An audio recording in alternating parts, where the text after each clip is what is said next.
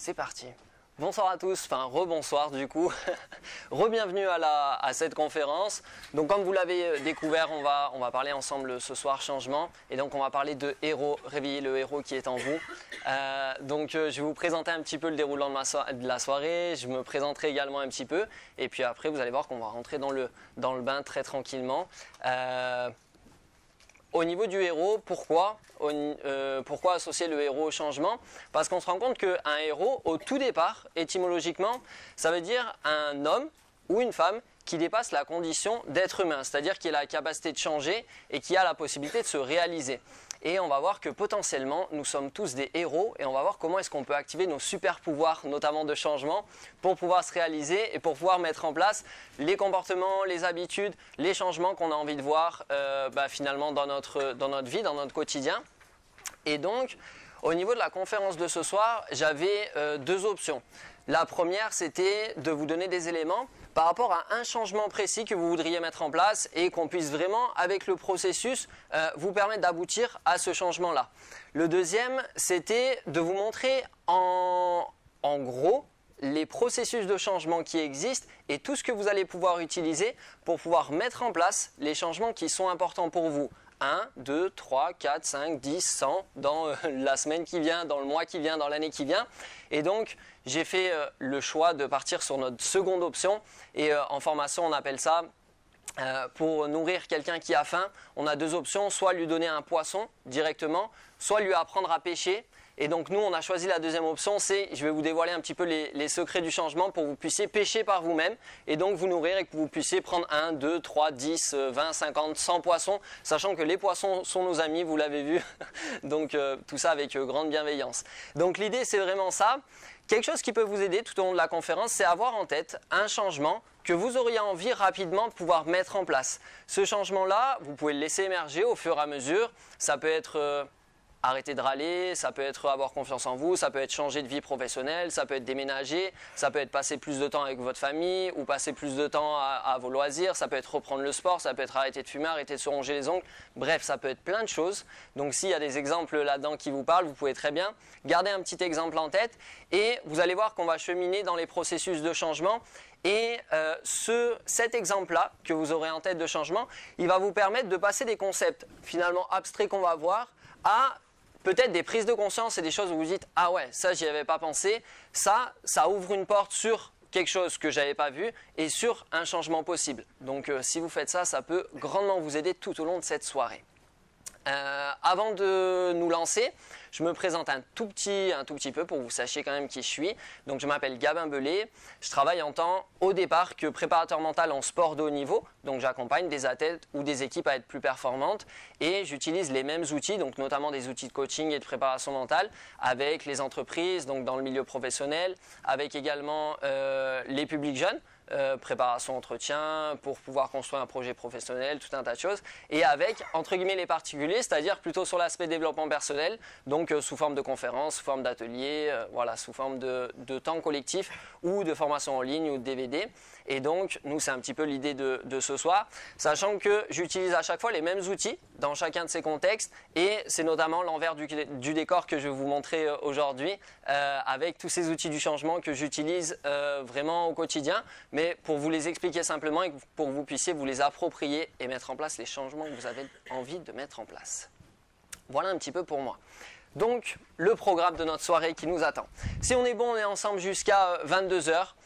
Et on devrait être bon. L'idée, vous allez voir, je vais vous apporter pas mal d'éléments, donc notamment autour de quatre grands thèmes. Le premier thème, ça sera finalement la connaissance du héros. Ça, c'est tous des choses sûrement que vous connaissez. Si vous êtes là ce soir, c'est peut-être parce que vous avez eu envie à un moment donné de mettre en place des changements et le changement était un tout petit peu plus compliqué que ce que vous auriez pensé et il ne s'est pas forcément mis en place naturellement et donc vous avez sûrement été confronté à ce qu'on découvrira ici, c'est finalement dès qu'on a envie de changer quelque chose, les petites choses qu'on peut avoir en tête qui peuvent simplement nous faciliter la vie et qui vont nous aider à mieux comprendre ces processus et nous on ira simplement mettre des mots précis dessus pour que vous puissiez dire « Ah mais en fait ce qui m'est arrivé c'était ça ». Et donc que vous ayez conscience de ces choses-là et que vous tombiez plus dans ces petits pièges. Une fois qu'on aura vu la connaissance du héros, on travaillera avec 4 outils. Donc les outils du héros. Et ces 4 outils, vous verrez, ces 4 choses que vous pouvez utiliser à chaque fois pour chaque changement que vous avez envie de mettre en place, c'est ce qui va vous permettre petit à petit de vous rapprocher des résultats que vous avez envie d'atteindre. Une fois qu'on aura vu ça, on découvrira ensemble la sagesse du héros. Parce que changer c'est bien, changer soi-même c'est bien, vouloir changer les autres c'est bien, vouloir changer le monde c'est bien. Mais finalement, il faudrait quand même y aller avec un peu, voire beaucoup de sagesse. Sinon, on risque à la fois de s'épuiser, on risque à la fois de se fatiguer, d'être frustré et de ne pas arriver tout à fait à mettre en place ce qu'on a envie de mettre en place. Donc, on découvrira quelques éléments qui peuvent grandement vous faciliter la vie et vous permettre de renforcer l'énergie dans laquelle vous êtes de changement. Et on terminera avec le voyage du héros, c'est-à-dire que quand on aura vu l'ensemble des outils, l'idée c'est de vous dire un petit peu à quoi vous attendre pour la suite. Donc on découvrira ensemble 8 étapes qui correspondent aux étapes du voyage du héros et donc je vous expliquerai à ce moment-là à quoi ça correspond. Voilà un petit peu ce qui nous attend ce soir. Ça vous va? Ouais? Chouette! Eh bien, on peut rentrer tout de suite dans le vif du sujet. Oui, au niveau des outils, je vous partage pas mal de choses. Vous allez voir que l'idée de la conférence, c'est que ça soit progressif. C'est-à-dire qu'on va donner des bases et puis on va rentrer plus en détail et de plus en plus en détail.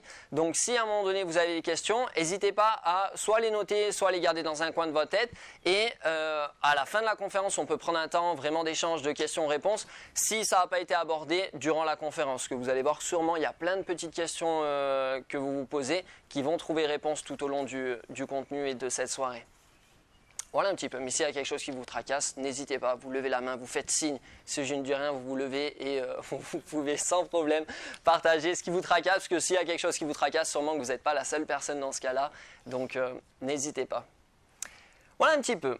Alors, on va découvrir ensemble la connaissance du héros. Vous allez voir, c'est des concepts qui peuvent paraître abstraits, mais c'est des choses que vous connaissez forcément. On va simplement mettre des mots précis dessus. Et donc, on va découvrir ensemble, déjà tout d'abord, finalement, le changement, c'est quoi, d'où ça vient et qu'est-ce qui nous gêne à mettre en place du changement. Donc ça peut être vous. Et ce vous se retrouve à un endroit où, tout d'un coup, il y a un problème, où il y a une situation qui ne lui correspond pas. Et donc, ce problème, cette situation ou ce comportement qui ne vous plaît pas, que vous avez envie de changer, tout d'un coup, vous découvrez qu'un petit peu plus loin, il y a quelque chose qui peut un peu mieux vous correspondre, d'accord? Et vous vous dites, super, j'ai envie d'aller vers ce nouveau comportement, cette nouvelle situation, cette nouvelle relation, cette nouvelle expérience. Ça, c'est ancré dans nos gènes et on nomme ça notamment le processus d'évolution. C'est-à-dire qu'on a toujours envie d'aller chercher plus de bonheur, plus de confort, plus de réussite, plus de réalisation, plus d'argent, une plus grande maison, enfin plus, on est beaucoup dans le plus. Ça, c'est ancré dans nos gènes, c'est ça qui nous a permis à un moment donné de nous développer. Et donc ça, c'est le premier processus. Et on se dit, chouette, on y va, jusqu'à ce qu'on tombe sur, bim, ce qu'on appelle des résistances. Des résistances, elles peuvent être soit internes, c'est-à-dire c'est nous-mêmes qui mettons des résistances. Par exemple, j'ai peur de me rendre sous ce nuage où il ne pleut pas. Et je me dis, mais mince, ça me fait quand même un petit peu peur, qu'est-ce qui se passe là-bas, c'est inconnu, je ne sais pas, peut-être qu'il y a un danger. Donc ça peut être une résistance interne. J'ai peur de changer, j'ai peur d'aller vers quelque chose de nouveau. On peut aussi rencontrer des résistances externes. Donc les résistances externes, ça peut être des gens qui nous disent non, surtout, faut pas que tu ailles là-bas. Ou des gens qui vont nous mettre des bâtons dans les roues. Ou à un moment donné, une situation qu'on ne peut pas forcément changer. Par exemple, j'ai envie de changer de vie professionnelle. Je travaille par exemple dans une entreprise et ça correspondait à mes valeurs il y a 10, 15 ans. Aujourd'hui, un peu moins. J'ai envie de me lancer dans un nouveau métier, j'ai envie de me reconvertir. Peut-être même que j'ai envie de me lancer tout seul en tant qu'indépendant. Mais l'argent, on fait comment? Si à un moment donné j'arrête mon boulot et que je passe à l'autre, comment est-ce que je fais pour vivre? Ça peut être des résistances externes, d'accord? Ce qui est extérieur à vous. Et donc, dès qu'on a ces résistances qui se lèvent, on va avoir une énergie qui va nous revenir, qu'on appelle l'homéostasie. Et donc cette énergie, c'est le côté, ok, j'ai envie d'aller là-bas, j'y vais, oubla, des résistances, j'ai un peu peur et il y a peut-être des limites, des résistances externes. Et tout d'un coup, je fais un tout petit peu marche arrière et je me dis, bon, finalement, c'est pas mal ici quand même. Hein. Il est bien ce nuage, je le connais bien. Et au moins, c'est confortable. Au moins, c'est quelque chose de connu. Et donc, l'homéostasie, c'est un concept très simple qui est simplement la capacité d'un système à conserver son équilibre même lorsqu'un changement se produit. D'accord ? Donc ça, je vais vous donner simplement 2 exemples. Un exemple personnel, c'est-à-dire notre corps qui fait ça naturellement, et après un exemple dans le cadre des relations notamment. L'exemple personnel, c'est vous êtes en bonne santé, vous êtes en santé, à un moment donné, vous vous coupez. Et cette coupure, c'est un changement pour votre corps. Avant, vous n'étiez pas coupé, maintenant, vous êtes coupé, vous êtes peut-être en train de saigner. Votre corps, par le principe d'homéostasie, va simplement réguler ce qui est en train de se passer pour vous permettre de cicatriser petit à petit et de revenir à un état normal. D'accord? Donc votre corps est continuellement en train d'utiliser l'homéostasie pour préserver son équilibre, pour maintenir la vie qui circule en nous. D'accord? Donc jusque-là, c'est plutôt quelque chose de positif.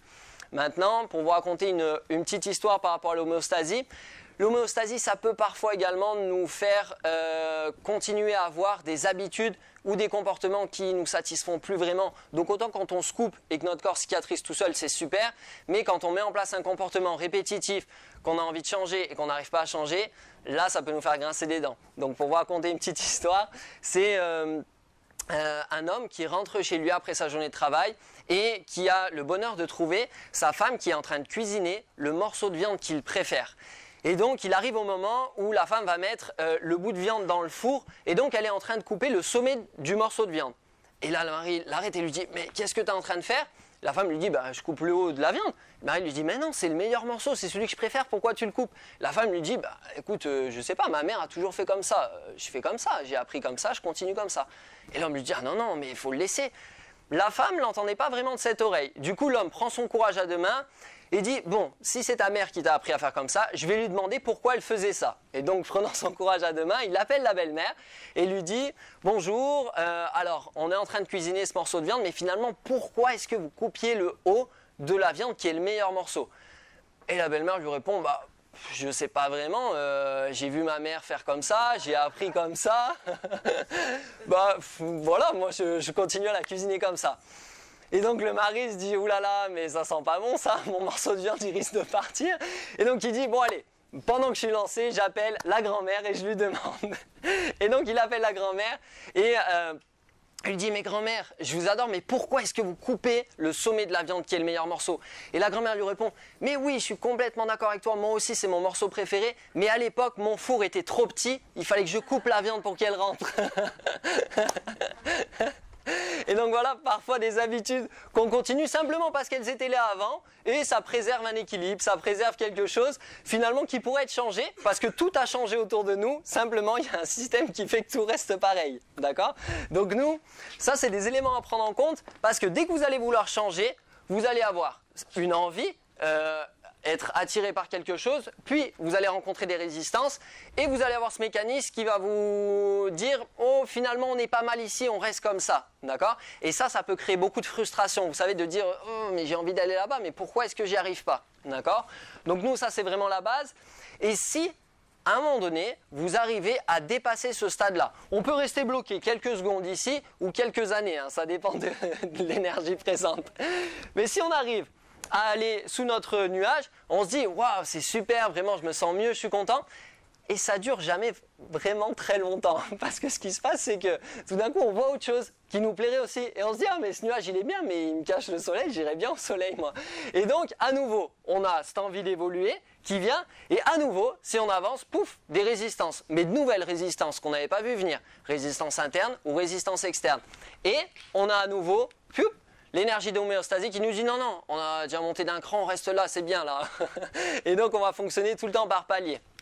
Si à un moment donné on arrive à aller au soleil, on va se dire waouh, vraiment je suis content. Et puis quelques secondes ou quelques années plus tard, on va se dire mais le soleil c'est bien, mais être à l'ombre d'un arbre pour profiter du soleil, ça peut être encore mieux. Et donc on va avoir envie d'aller dans cette direction. Donc l'évolution qui nous pousse encore à vouloir changer, résistance à nouveau, des nouvelles, peut-être plus fortes, peut-être moins fortes, le processus d'homéostasie qui revient et on va se rendre compte qu'en fait on fonctionne toujours par palier et qu'on va avoir à chaque fois qu'on arrive à un nouvel étage, ce côté de dire « Oh, j'ai envie d'encore plus » et donc on se rend compte qu'en fait le changement c'est présent tout le temps. C'est pour ça que, ça il l'avait découvert déjà il y a un moment, Héraclite, il y a plusieurs siècles, nous disait « Rien n'est permanent, sauf le changement. » Et donc nous on change continuellement, mais ce qui est marrant c'est que les autres changent aussi continuellement, certains plus que d'autres, mais il y en a qui changent.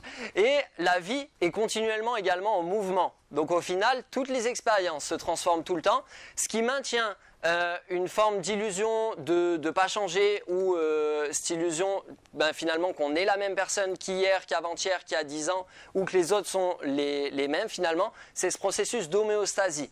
Pourtant, votre corps est continuellement en train de changer et vous n'êtes pas le même que la semaine dernière, qu'il y a un mois ou qu'il y a 2 ans ou qu'il y a 10 ans, psychologiquement mais également au niveau du corps, au niveau de vos cellules.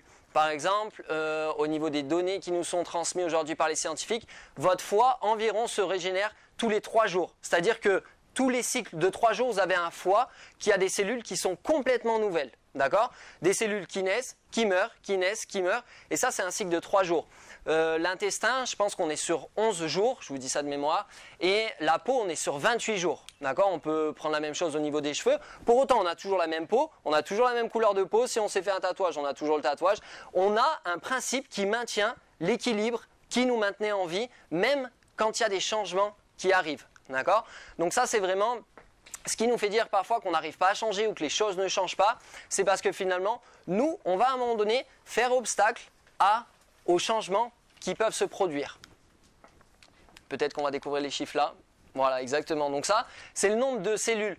Je crois qu'on est sur 100 000 milliards ou quelque chose comme ça. On a énormément de cellules au niveau du corps qui vont naître, mourir, qui vont se régénérer tout au long de notre vie. Et donc l'intestin, 3 jours. Donc du coup, c'était inversé. Le foie, 7 jours. Et la peau, 28 jours. Donc voilà, au bout de 28 jours, vous avez un foie tout nouveau, des intestins tout nouveaux, vous avez une peau toute nouvelle, vous avez plein de choses qui ont changé, pour autant vous avez l'impression d'être la même personne.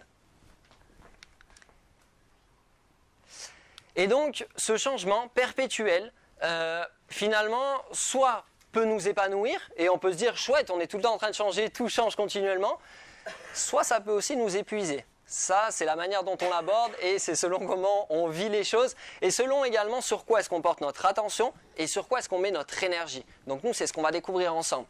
C'est que finalement, le changement peut être une voie d'épanouissement ou une voie d'épuisement.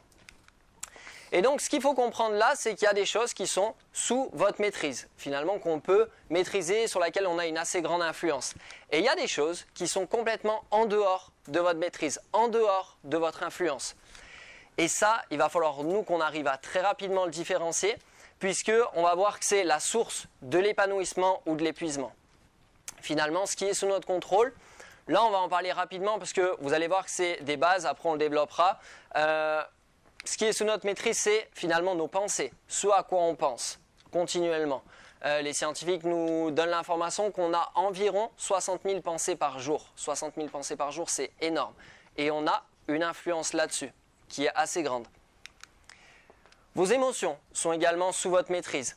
Vos réactions émotionnelles sont moins sous votre maîtrise. Par contre, vos émotions, oui. Si là, on va le faire tout à l'heure, si on prenait 1 minute pour créer une émotion, on y arrivait assez facilement. En modifiant votre posture, peut-être avec un petit sourire, peut-être avec certaines pensées. Vous allez voir que des émotions, c'est assez facile à créer. D'accord ? Par contre, quelqu'un qui vient et qui va être hyper négatif avec moi, je ne vais pas contrôler, je ne vais pas pouvoir maîtriser la réaction émotionnelle qui va venir. D'accord ? Par contre, nos émotions à long terme, on se rend compte qu'elles sont finalement sous notre influence. Et nos actions, c'est-à-dire nos comportements, notre communication, nos attitudes, nos réactions par rapport aux autres, par rapport aux situations, par rapport aux événements. Pensées, émotions et actions sont sous notre contrôle et on a un degré d'influence assez important. Ce qui est en dehors de notre maîtrise, c'est les résultats, c'est-à-dire ce qu'on obtient. D'accord ? Si par exemple on veut changer de travail et qu'on fait des entretiens, sur ces entretiens on va avoir sous notre influence nos pensées, nos émotions, nos actions, on s'y prépare bien, on est au top, on communique super bien, tout passe bien. Malgré tout, le résultat reste en dehors de notre contrôle. C'est-à-dire qu'on peut nous dire oui, qu'on peut nous dire non pour telle et telle raison, mais ça c'est finalement en dehors de notre contrôle. Les circonstances de vie, c'est ce que vous vivez actuellement et c'est aussi votre passé. C'est-à-dire tout ce qui vous est arrivé, la famille dans laquelle vous êtes arrivé, les expériences que vous avez eues, l'éducation que vous avez eue, les croyances que finalement vous avez développées dans cet environnement-là. Tout ça, c'est en dehors de votre contrôle. D'accord ? Tout ce qui est passé, tout ce qui est présent finalement est très peu sous notre contrôle. Là où on va avoir de l'influence, c'est au niveau du futur et on découvrira comment. Troisième chose qui est en dehors de notre maîtrise, aïe aïe aïe, les autres. Au moins, on le dit dès le début, hein, on est débarrassé. Hein. Mais à force, on se dit, ça serait tellement simple que les autres puissent nous écouter. C'est tellement facile pour nous de voir ce que les autres devraient changer, ce que les autres devraient dire, ce que les autres devraient faire. Ça nous paraît une évidence, c'est limpide. Il n'y a que eux qui ne le voient pas finalement. Mais pour nous, c'est la même chose. C'est-à-dire que les autres, souvent autour de nous, arrivent à voir facilement ce qu'on devrait dire, ce qu'on devrait faire, et les habitudes qu'on devrait changer. Par contre, ce n'est pas eux qui vont avoir du contrôle là-dessus. Okay, donc nous, c'est vraiment important. Quand on parle des autres, c'est le regard des autres, c'est ce que les autres disent, c'est ce que les autres font, c'est ce que les autres pensent, c'est toutes ces choses-là. Les autres sont complètement en dehors de notre contrôle. Et nous, on arrive à la conclusion avec ces éléments-là, que si finalement on met notre énergie ici, on va sûrement arriver à s'épanouir. D'accord ? C'est-à-dire qu'on va, plus on va s'intéresser à nos pensées, à nos émotions, à nos actions, et plus on va développer notre degré d'influence par rapport à celle-ci, plus on va s'épanouir, d'accord ? Parce que là, on dit que c'est sous notre maîtrise, mais là, si on faisait un tout petit exercice pour voir toutes les pensées qui arrivent, vous verrez que finalement, c'est pas vraiment vous qui maîtrisez tout ça, c'est un flot continu de pensées qui vient, qui vient, qui vient. C'est un peu comme si on vous disait, je sais pas, on vous dit, bon bah va jouer au tennis, alors ce qui est sous ton contrôle, c'est ta raquette, c'est ce que t'en fais, ce qui est pas sous ton contrôle, c'est l'autre et les coups qui te renvoient. Vous prenez une première balle, vous essayez de mettre votre balle avec la raquette derrière le filet dans le coin et en fait votre balle part complètement à l'opposé. Et vous dites, bah non, j'ai aucune maîtrise sur ma raquette. C'est pas que vous n'avez pas de maîtrise sur la raquette, c'est que vous n'avez pas développé de compétences pour pouvoir maîtriser la raquette. D'accord ? Et donc, avec de l'entraînement, vous allez développer un degré de maîtrise qui est de plus en plus important. C'est exactement la même chose pour vos pensées, vos émotions, vos actions. Au départ, vous allez dire, bah non, Gabin, ce que je pense, c'est venu tout seul, c'est pas moi. Du coup, mes émotions, c'est pas de moi non plus qui les gère. J'étais vachement triste, mais je voulais pas. Ou j'ai eu vachement peur, ou j'étais vachement stressé, alors que je voulais pas du tout. Parce que le degré de maîtrise que vous avez de vos pensées, de vos émotions et de vos actions ne sont pas encore tout à fait développé. Vous pouvez aller encore plus loin et on verra comment tout à l'heure. Si vous investissez de l'énergie ici et que vous focalisez votre attention là-dessus, vous allez petit à petit vous épanouir de plus en plus. Si maintenant vous mettez votre énergie ici, vous allez sur la voie de l'épuisement. Ce qui se passe, c'est que les choses qui sont en dehors de notre maîtrise, souvent c'est celles qu'on essaye de changer. C'est-à-dire qu'on essaye de changer les résultats, les circonstances et les autres. D'accord ? Simplement pour ne pas avoir à se regarder parce que c'est un processus qui est assez difficile au départ si on n'a pas les outils. Et de se dire finalement, peut-être que moi, il y a des choses que je peux améliorer. Se remettre en question, c'est pas évident pour l'être humain. Donc nous, naturellement, on aurait tendance à vouloir changer ça, ça serait tellement plus facile. Sauf que si vous mettez de l'attention et de l'énergie sur ces choses-là et que les résultats que vous voulez n'arrivent pas, que les autres ne font pas ce que vous voulez, vous allez du coup ressentir une très légère frustration ou irritation, vous voyez ? Et ce très léger va se transformer de plus en plus en quelque chose d'énorme, qui va se transformer en colère, qui va se transformer en rancœur, en rancune, en jalousie, en plein de choses, et notamment des émotions qui vont venir vous vider, qui vont venir vous épuiser, d'accord ? Donc nous, l'idée c'est vraiment de venir mettre notre curseur d'action, de focalisation sur les éléments qui sont sous notre maîtrise. Ça va pour vous ça ? Ouais, super. Et donc Marc Lévy a une phrase qui résume très bien cette idée-là, qui est « Ayez la sérénité d'accepter ce que vous ne pouvez pas changer, le courage de changer ce que vous pouvez changer, et surtout la sagesse d'en connaître la différence. » Et ça aide beaucoup. Plus j'avance dans mon métier, et plus je me rends compte, mon métier c'est d'accompagner les gens à atteindre leurs objectifs et donc souvent de changer finalement. Parce que s'ils n'atteignent pas leurs objectifs, ils font appel à moi et donc c'est peut-être qu'il y a des changements qu'ils n'arrivent pas à mettre en place. Donc mon métier, c'est entre guillemets de faire changer les autres potentiellement. Plus j'avance et plus je me dis, en fait c'est vraiment pas sous mon contrôle tout ça. Et pourtant je suis formé à tous ces outils, toutes ces choses-là. Mais plus j'avance et plus j'ai de sérénité par rapport à ça, de dire finalement ce qui est sous mon contrôle, c'est ce que je pense, c'est ce que je ressens et c'est ce que je vais communiquer, c'est les actions que je vais mettre en place. Et ça les grands leaders l'ont très bien compris, que le meilleur moyen d'influencer quelqu'un, et notamment plusieurs personnes, ça va être par l'exemple. D'accord ? Et donc l'exemple, c'est revenir sur ce qui est sous notre contrôle, nos pensées, nos émotions et nos actions. Et ces choses-là, peut-être, vont inspirer des gens à faire la même chose. C'est un des meilleurs moyens d'amener du changement à l'extérieur. Et donc la troisième chose qu'on va découvrir ensemble au niveau des connaissances essentielles du héros, ça sera dans votre bagage maintenant, c'est le cycle de création, c'est-à-dire comment finalement on arrive à obtenir des résultats, parce que souvent ce qu'on veut c'est ça, on veut changer les résultats qu'on obtient, on veut changer un petit peu ce qui va être à l'extérieur. Et donc nous on va simplement mettre en lien ce qu'on vient de découvrir et on va voir si finalement changer nos pensées, nos actions et nos émotions, en tout cas y porter attention et pouvoir développer un niveau de maîtrise plus important, si vraiment ça peut nous aider dans notre vie, d'accord, ou si finalement ça va nous faire tourner en rond. Et donc ce qu'on s'aperçoit, c'est que dans le processus de création de la vie qui nous entoure, ça démarre toujours par ce qu'on appelle des pensées. Ce que je pense possible, ce que je pense impossible. Je me dis, bah alors moi je suis capable de changer de métier et de monter une entreprise et de m'en sortir. Ou moi je ne suis pas capable, ça va être vraiment quelque chose de difficile. Il vaut mieux que je garde la sécurité de mon emploi et que je reste là où je suis. D'accord ? Donc ça c'est simplement des pensées. Ces pensées-là vont avoir une influence sur vos émotions.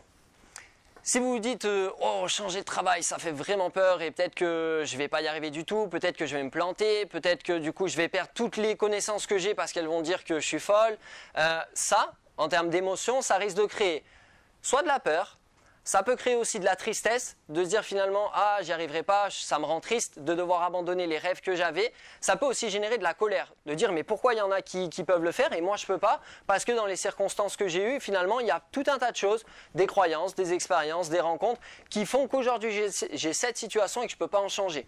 Donc, ce que vous pensez d'une situation influence vos émotions. Si maintenant vous dites « Ah, chouette, j'ai l'opportunité, après avoir travaillé un long moment dans une entreprise avec la sécurité de l'emploi, j'ai l'occasion de pouvoir me reconvertir vers quelque chose qui me plaît vraiment. Peut-être que je vais pouvoir aider des gens, peut-être que je vais pouvoir me réaliser, être indépendant. C'est vraiment quelque chose qui m'enthousiasme. Peut-être que ça va créer en termes d'émotions de la motivation, de l'espoir, ça peut créer de la joie, ça peut créer de l'enthousiasme, ça peut créer tout un tas de choses comme émotion. D'accord ?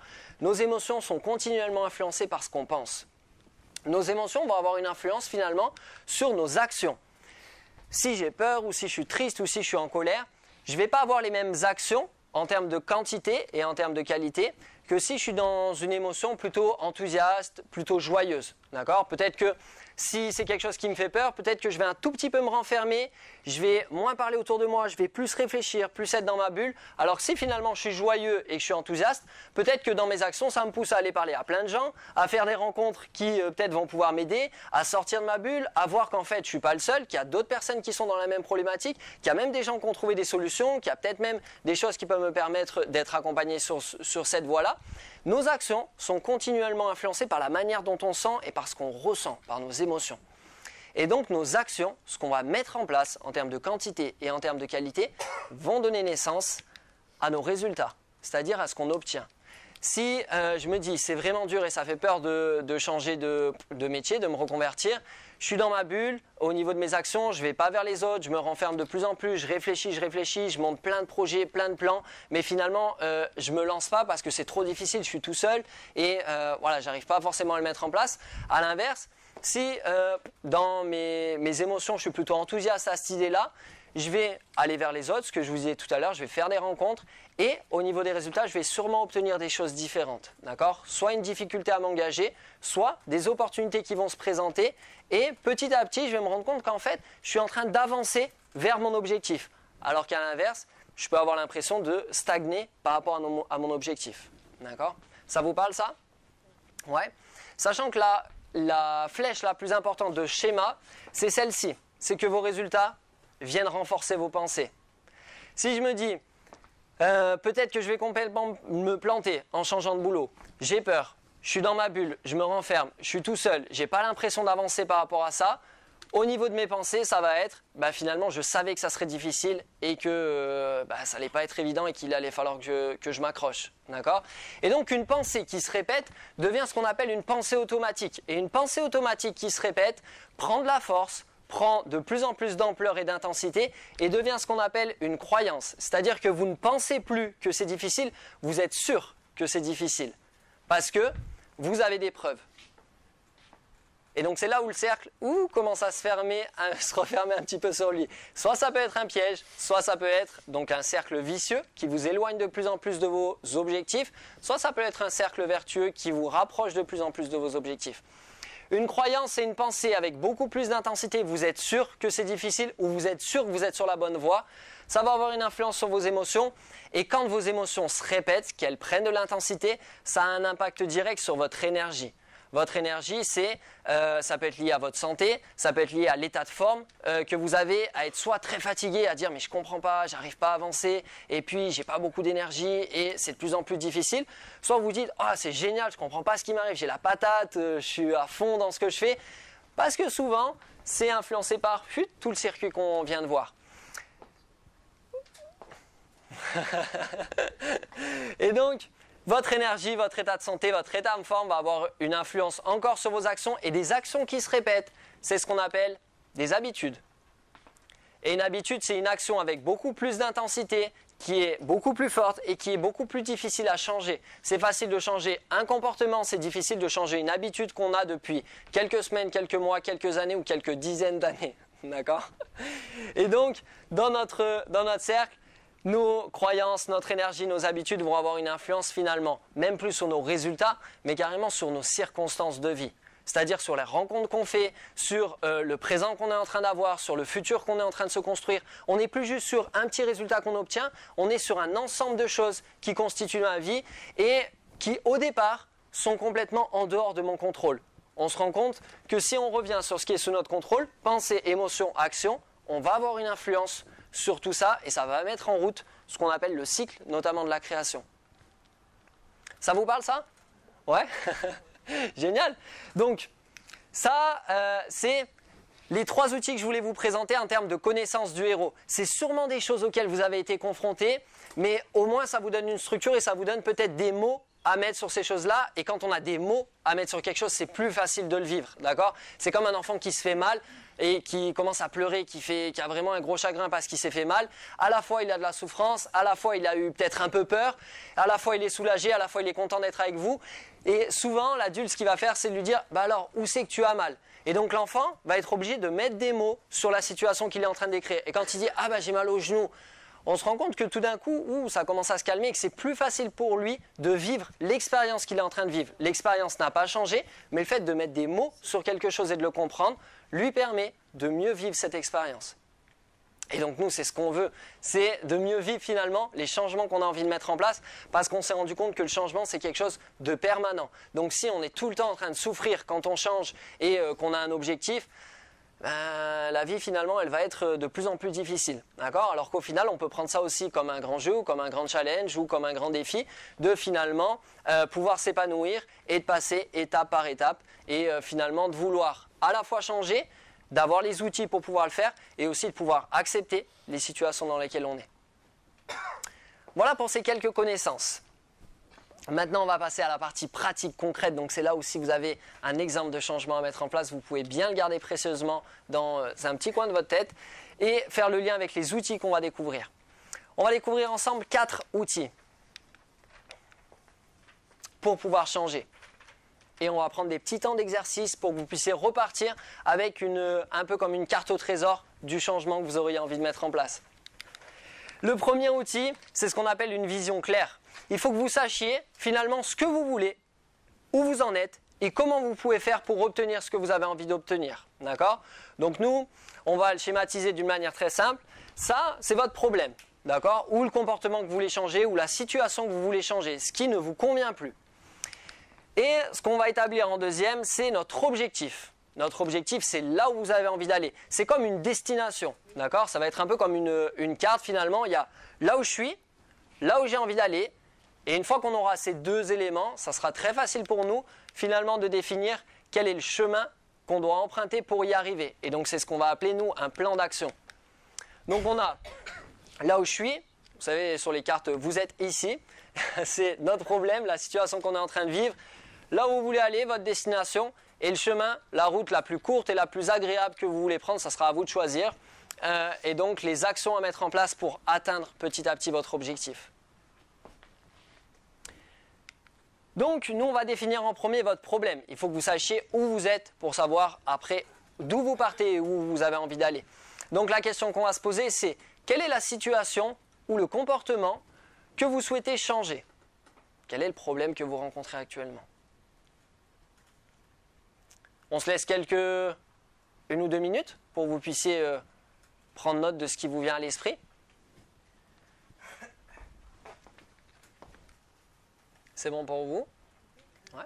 Si vous avez plusieurs problèmes, vous avez vu que là je l'ai mis au singulier, vous pouvez en garder qu'un seul pour pouvoir construire, et puis après vous pourrez refaire la même chose avec les différents objectifs que vous avez, les différentes problématiques que vous rencontrez. D'accord? Une fois que vous avez le problème, donc là où vous êtes, on va s'intéresser à l'objectif, c'est-à-dire ce que vous voulez à la place, là où vous avez envie d'aller. Donc la question c'est qu'est-ce que vous voulez à la place? D'accord? Et là pour le formuler, il va y avoir simplement 3 critères importants à bien respecter pour que ça soit un vrai objectif qui nous attire et qui soit potentiellement atteignable.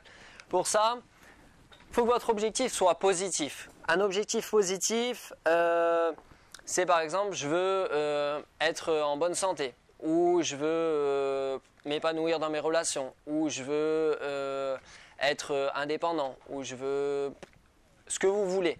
Un objectif qui ne serait pas formulé positivement, c'est je veux arrêter de fumer, je veux changer de boulot, je veux arrêter de me ronger les ongles, je veux arrêter de râler. La formulation négative, c'est quand vous pointez du doigt le problème. Quand vous dites je veux arrêter de fumer, vous pointez du doigt le fait de fumer, qui est le problème. Donc l'idée c'est qu'est-ce que vous voulez à la place de ça. Si vous dites je veux arrêter de râler, bah finalement qu'est-ce que vous voulez à la place? Vous voulez dire quoi? Vous voulez plus rien dire? Vous voulez plutôt encourager les gens? Vous voulez plutôt être positif? L'idée c'est que ça vous allez voir que c'est pas forcément, c'est même pas du tout facile. On sait tous finalement ce qui nous embête et ce qu'on voudrait plus. Mais souvent on n'a pas une idée très précise de ce qu'on voudrait à la place. D'accord? Tout ce qu'on veut pas, on le sait, mais ce qu'on veut, on ne s'est jamais vraiment posé la question. Donc nous, là il va falloir se faire ce petit exercice de savoir ce que vous voulez. Une fois que votre objectif sera positif, l'idée c'est qu'il soit précis. Je veux être en bonne santé est un objectif positif, mais pas très précis. C'est quoi pour vous être en bonne santé? Est-ce que c'est faire 10 heures de sport? Est-ce que c'est courir un marathon? Est-ce que c'est monter 2 étages chaque jour par les escaliers? Est-ce que c'est pouvoir simplement, je sais pas, pouvoir faire du vélo ou autre chose? Qu'est-ce qui pour vous, précisément, correspond à être en bonne santé? Ou qu'est-ce qui pour vous correspond précisément à être positif? Être positif dans vos relations, avec vous-même, dans votre communication. Là, l'idée, c'est d'aller chercher des éléments précis. Plus on aura d'éléments précis, plus ça sera facile à mettre en place comme changement. D'accord? Et le troisième critère, c'est que ça soit ce qu'on a découvert sous notre maîtrise. Je veux finalement que mon patron arrête de me mettre des documents sur la table parce que je suis débordé et à chaque fois il en rajoute sur mon bureau.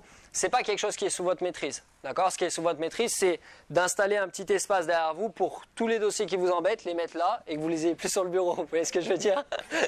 Les autres, vous ne pourrez pas changer. Par contre, l'idée, c'est vos réactions, vos comportements par rapport à ça.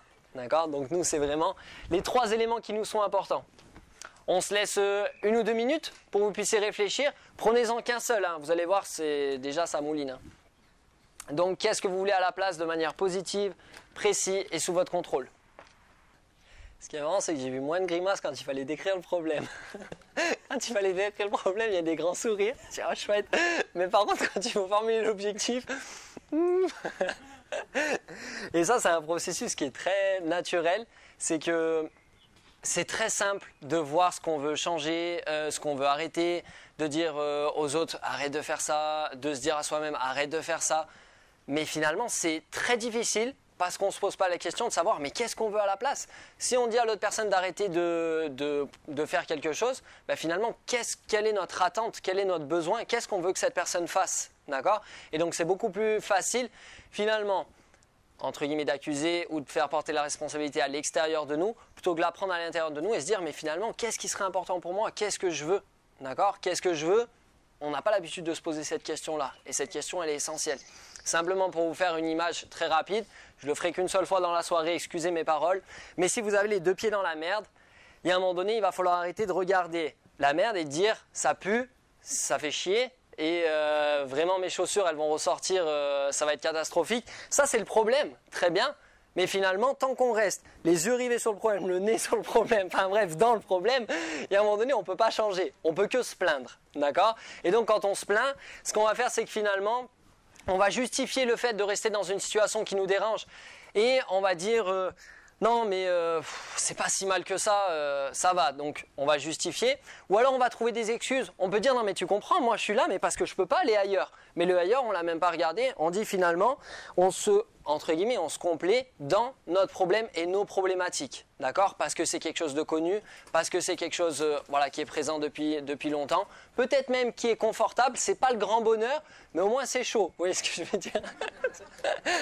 Maintenant la question c'est, ok, vous avez les yeux ici, vous avez les pieds là-dedans, mais c'est où est-ce que vous voulez aller? Il y a plein d'autres endroits, d'accord? Donc où est-ce que vous portez votre regard? Est-ce que vous voulez aller plutôt près de la fenêtre? Est-ce que vous voulez plutôt aller sur la chaise et boire un coup? Où est-ce que vous avez envie d'aller? Et dès que votre regard se lève, vous êtes attiré naturellement vers cet objectif. Et du coup, il y a comme un truc de dire « Ah !»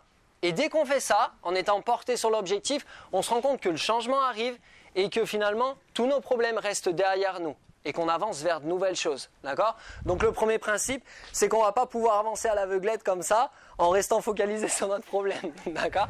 Il va falloir à un moment donné qu'on dise « Ok, on y est bien, qu'est-ce qui se passe? Qu'est-ce qui me dérange? Qu'est-ce que je veux à la place? Où est-ce que je vais ?» Et ensuite, on va mettre en place des éléments pour y aller.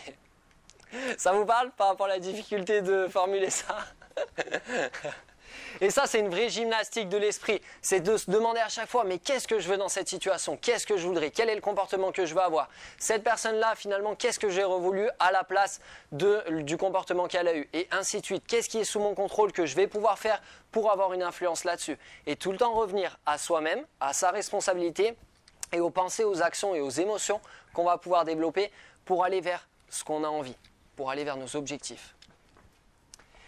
Et donc, une fois que vous avez le problème, là où vous êtes, votre objectif, là où vous allez, il va falloir vous intéresser au plan d'action pour avoir une vision bien claire de ce que vous devez mettre en place. Un plan d'action, c'est se poser la question, finalement, quelle est ou quelles sont les actions à mettre en place pour me rapprocher, pour que vous puissiez vous rapprocher de votre objectif. Au départ, on ne parle pas d'atteindre notre objectif. On parle juste de se mettre en route et de nous rapprocher de celui-là. D'accord? Donc, c'est les grandes étapes. Parfois, il y a une seule action, une seule chose à faire. Parfois, il y en a 2, 3, 4, ou parfois, c'est des éléments assez complexes. Donc, ça va être ce qu'on appelle une stratégie. Une stratégie, c'est un ensemble d'actions. D'accord? Si à un moment donné, par exemple, vous voulez vous reconvertir pour créer une entreprise, peut-être que là, il y a des dizaines, voire des centaines d'actions à mettre en place. L'idée, c'est simplement de les regrouper en grandes étapes. Peut-être qu'il y aura un côté prise d'information sur ce qui est possible, choix par rapport à mon orientation, formation et après le fait de se lancer. Ça peut être par exemple des grandes étapes. Donc nous, l'idée du plan d'action, c'est simplement clarifier la vision qu'on a du changement. Problème, destination, chemin pour y aller. On se laisse quelques minutes pour que vous puissiez griffonner quelques idées.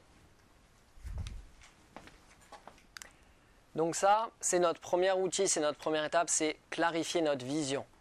Problème, objectif, chemin pour y arriver. Une fois qu'on a ça, finalement, tout devient très facile. Il va simplement falloir mettre les bons éléments dans le bon ordre et se simplifier la vie. C'est ce qu'on va découvrir après.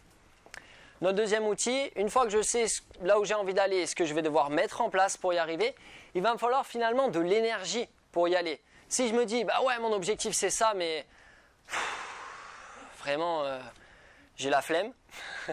Les jeunes me disent souvent ça. Ils me disent, mais Gavin, tu comprends, moi oui, je veux trouver un emploi, donc je veux bien aller faire de la candidature, je veux bien appeler des entreprises ou me déplacer, aller les voir. Mais tu comprends, je fais pas grand-chose la journée, donc du coup le soir je me mets un peu sur l'ordi ou devant la télé, du coup j'arrive pas tout de suite à m'endormir, donc je m'endors, il est 3 ou 4 heures du matin. Du coup je me lève, c'est 15 heures. Bah 15 heures, j'ai la flemme d'y aller quoi. Ça c'est une question d'énergie. Votre énergie, il y a plusieurs choses qui influencent votre énergie. On va parler nous de deux choses. On va parler de votre énergie sur du long terme et on va parler d'une énergie instantanée. Donc ça c'est ce qu'on verra juste après. L'énergie à long terme, elle est influencée par le sommeil, clairement.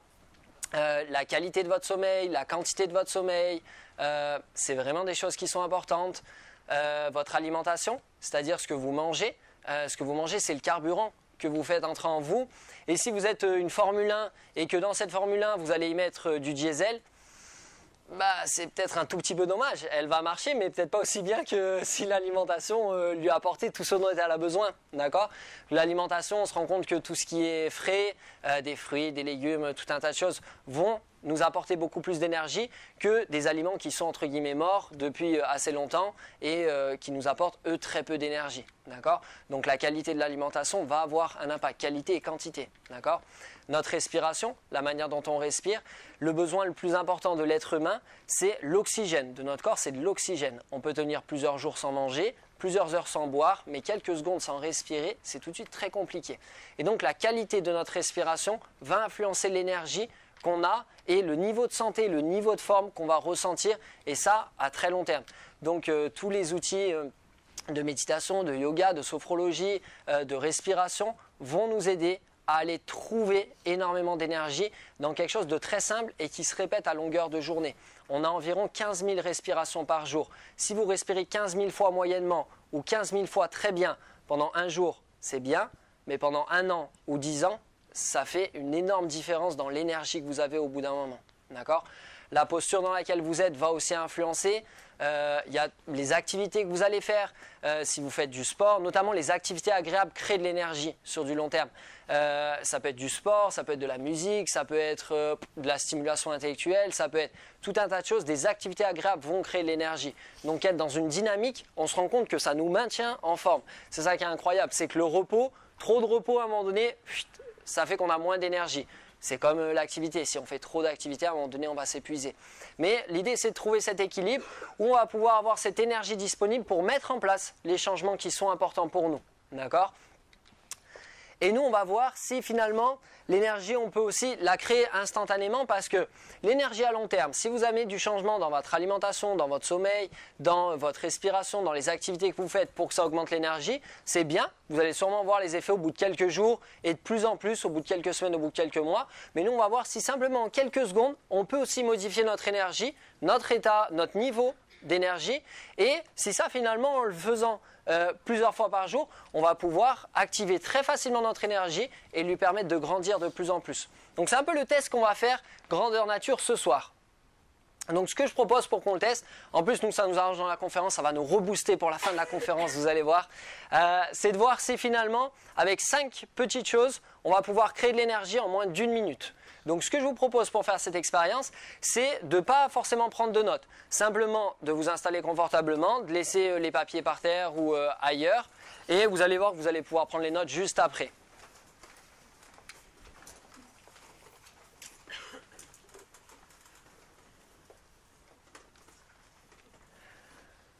Alors, la première chose qui va influencer notre niveau d'énergie, c'est notre posture, la manière dont on se tient.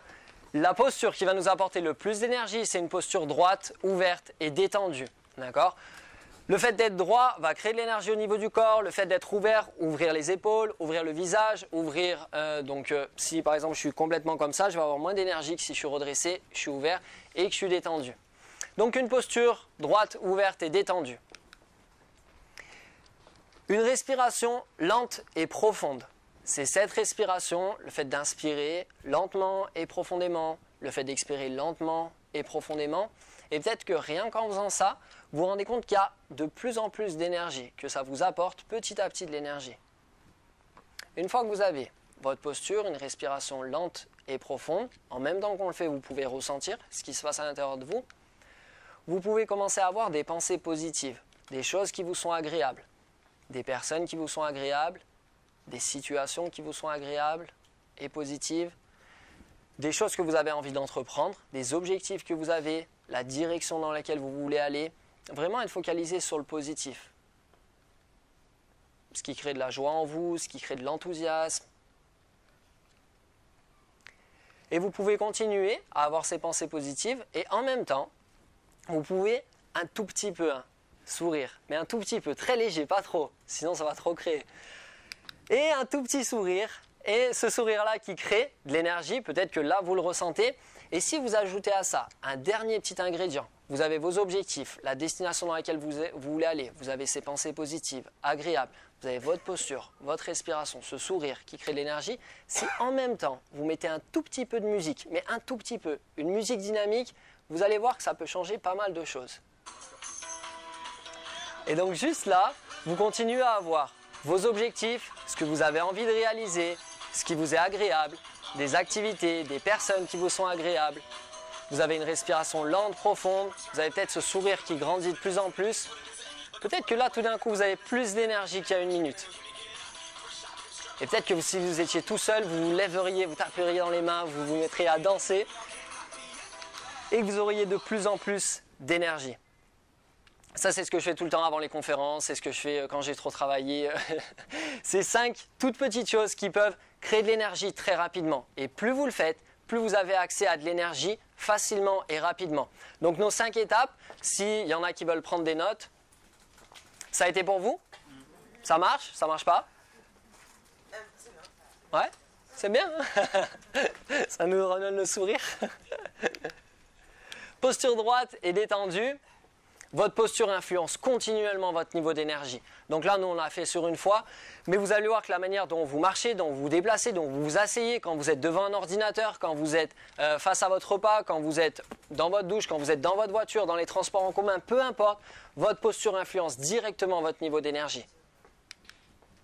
Votre respiration y est tout le temps reliée également. La respiration qui vous amène le plus d'énergie, c'est une respiration lente, profonde et une respiration ventrale. C'est des choses qu'on apprend dans la méditation, dans la sophrologie, dans la relaxation. C'est ce qui vous apporte un maximum d'oxygène, sachant que l'oxygène est le besoin le plus important de votre corps pour pouvoir fonctionner. Des pensées positives, des pensées agréables vont créer de l'énergie. Elles vont créer souvent une émotion d'enthousiasme ou de joie ou de contentement, des choses qui vont booster tout de suite l'énergie que vous pouvez utiliser. Le sourire.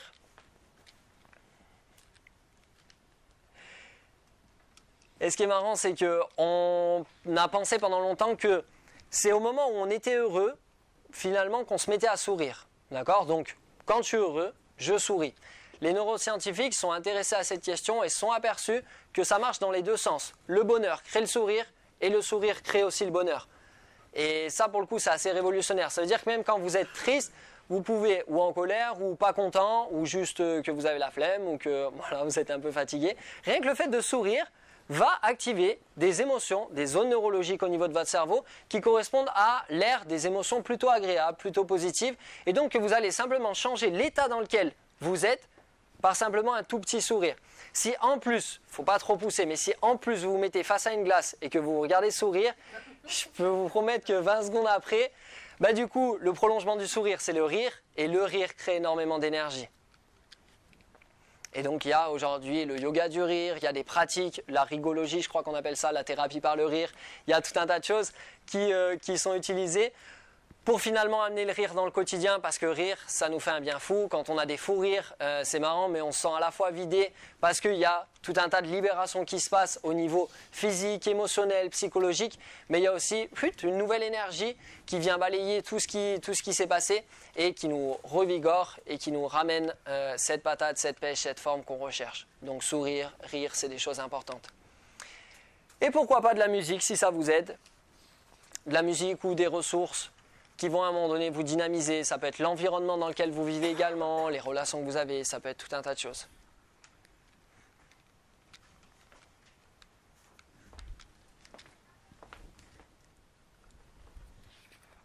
Et l'eau. L'eau, c'est important.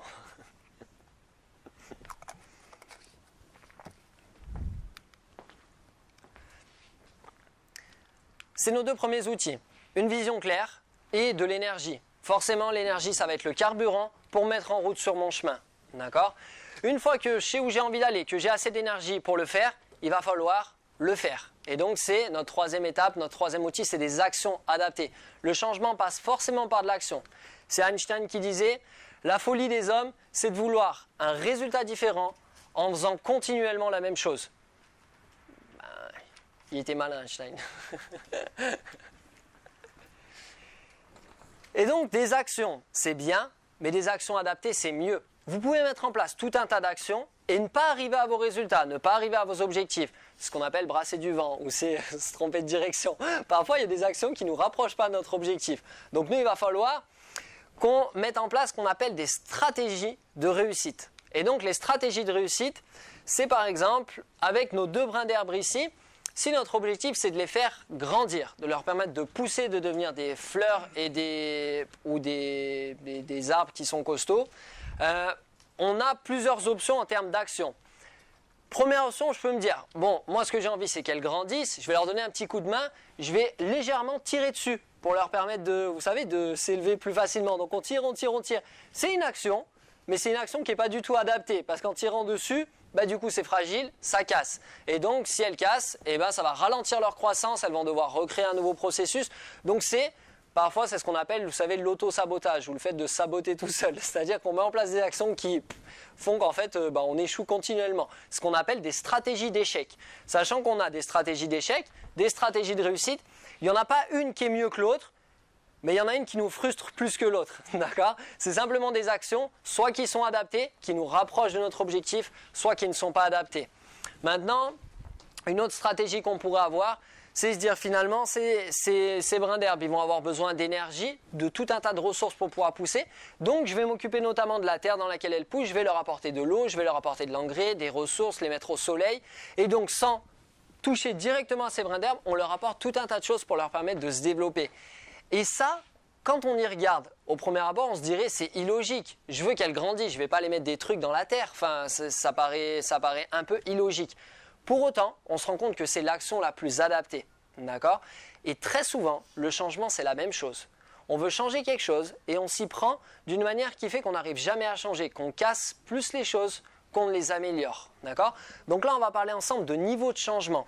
Vous pouvez soit intervenir sur le niveau visible et dire « Allez, on pousse les filles », soit vous pouvez intervenir sur les niveaux plutôt inconscients, plutôt invisibles et apporter des ressources à ces niveaux-là pour que le changement s'opère naturellement. Parce qu'on s'est rendu compte que le changement est naturel pour nous et dans notre vie. Et que les choses sont assez bien faites qu'à la fois la vie et nous-mêmes allons très souvent, voire quasiment tout le temps, dans le sens de plus de bonheur, plus d'abondance, plus de réussite, plus de réalisation, plus d'épanouissement, plus de santé, plus d'émotions positives. Naturellement, on y va. Nous, on a souvent des petites résistances internes qui font que les changements ne s'opèrent pas et qu'on reste dans des situations qui ne nous correspondent pas. Et donc nous, on va s'intéresser maintenant à ce qu'on appelle au niveau de changement. Il existe 7 niveaux auxquels vous pouvez changer les choses. Et donc l'idée, si vous voulez amener un changement durable et assez efficace, c'est d'intervenir finalement au bon niveau. Et le bon niveau n'est pas forcément celui qu'on voit. Là, je vais vous partager un exemple qui est très personnel et c'est la raison pour laquelle je suis devant vous aujourd'hui. Donc je vais vous partager un problème que j'avais et un objectif que j'avais il y a quelques années maintenant. Donc ça c'est le premier niveau, c'est l'environnement, c'est-à-dire ce qui est visible, ce qu'on voit, ce qui est autour de nous, ce qui se passe. Dans mon environnement, ce qui se passait, c'est que j'arrivais pas à avoir de nouvelles relations. J'arrivais pas à avoir de nouvelles relations parce que j'étais... Et je me considère encore comme quelqu'un de très timide. Donc c'est-à-dire que c'est très dur pour moi de parler face à des gens. Ça me demande beaucoup d'énergie et c'est pas spontané. Spontanément, j'irai plutôt derrière un livre pour lire, apprendre, plutôt qu'aller parler devant des gens. Donc pendant très longtemps, finalement, je rentrais pas en relation parce que c'était pas confortable pour moi. Ça m'apportait pas de bien-être, je m'y sentais pas bien et j'avais pas les bons outils pour le faire. Donc du coup, mon objectif, parce que ça me faisait quand même un peu souffrir, le fait de ne pas arriver à avoir de nouvelles relations, mon objectif c'était développer de nouvelles relations. Problème, objectif, ce qu'on a vu tout à l'heure. Et donc, l'idée, c'est de s'intéresser au niveau de changement, c'est-à-dire qu'est-ce qui fait finalement que notre problème existe. Et donc, nous, on va structurer ça un petit peu comme un iceberg.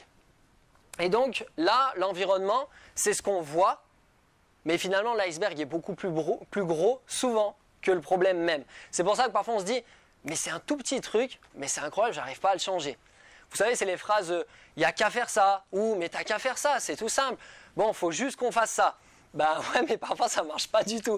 Parce que le problème prend pas racine ici, mais est beaucoup plus profond. Ce qui influence notre environnement, c'est nos comportements. Et donc là, je vais vous détailler à chaque fois par rapport à mon exemple, et peut-être que ça va faire résonner des choses en vous. Au niveau de mes comportements, c'était j'attendais que les gens viennent vers moi. J'étais pas à l'aise et j'avais pas envie d'aller vers les autres et je me sentais pas de le faire. Donc finalement, j'attendais et ça m'allait bien. Mais du coup, les gens venaient pas forcément vers moi parce que j'étais pas forcément ouvert. Donc du coup, j'attendais que les gens viennent vers moi. Ça, c'était mes comportements. Pourquoi est-ce que je mettais en place ces comportements ? Parce que c'était lié à des habitudes. Mon habitude finalement c'était d'éviter les situations de groupe. Bah forcément j'y étais pas à l'aise, donc moi j'étais dans des groupes et je peux vous dire que c'est encore vrai aujourd'hui. Et qu'à chaque fois qu'on me propose, pour avoir mon entreprise, on me propose souvent des groupes de réseau, des soirées réseau, toutes ces choses-là. Et très poliment, je décline très souvent ces propositions puisque encore aujourd'hui, être en groupe, c'est pas forcément ce qui m'épanouit le plus. Par contre, vous allez le découvrir après, partager des choses et vivre une expérience, ça c'est des choses qui m'intéressent. C'est pour ça que je suis très heureux d'être avec vous ce soir et que j'adore faire ça et que j'adore mon métier. Mais c'est pour ça qu'une fois que j'ai terminé mon boulot, souvent, je rentre et j'ai plutôt tendance à être seul et que c'est des choses que je continue encore. Donc ça, c'était mes habitudes, éviter les situations de groupe. Pourquoi? Parce que ça satisfaisait des choses importantes pour moi. C'est ce qu'on appelle des valeurs. Des valeurs, c'est des choses importantes pour vous. Mes valeurs à l'époque, c'était le bien-être et le confort. Je voulais me sentir bien dans ma vie et être confortable.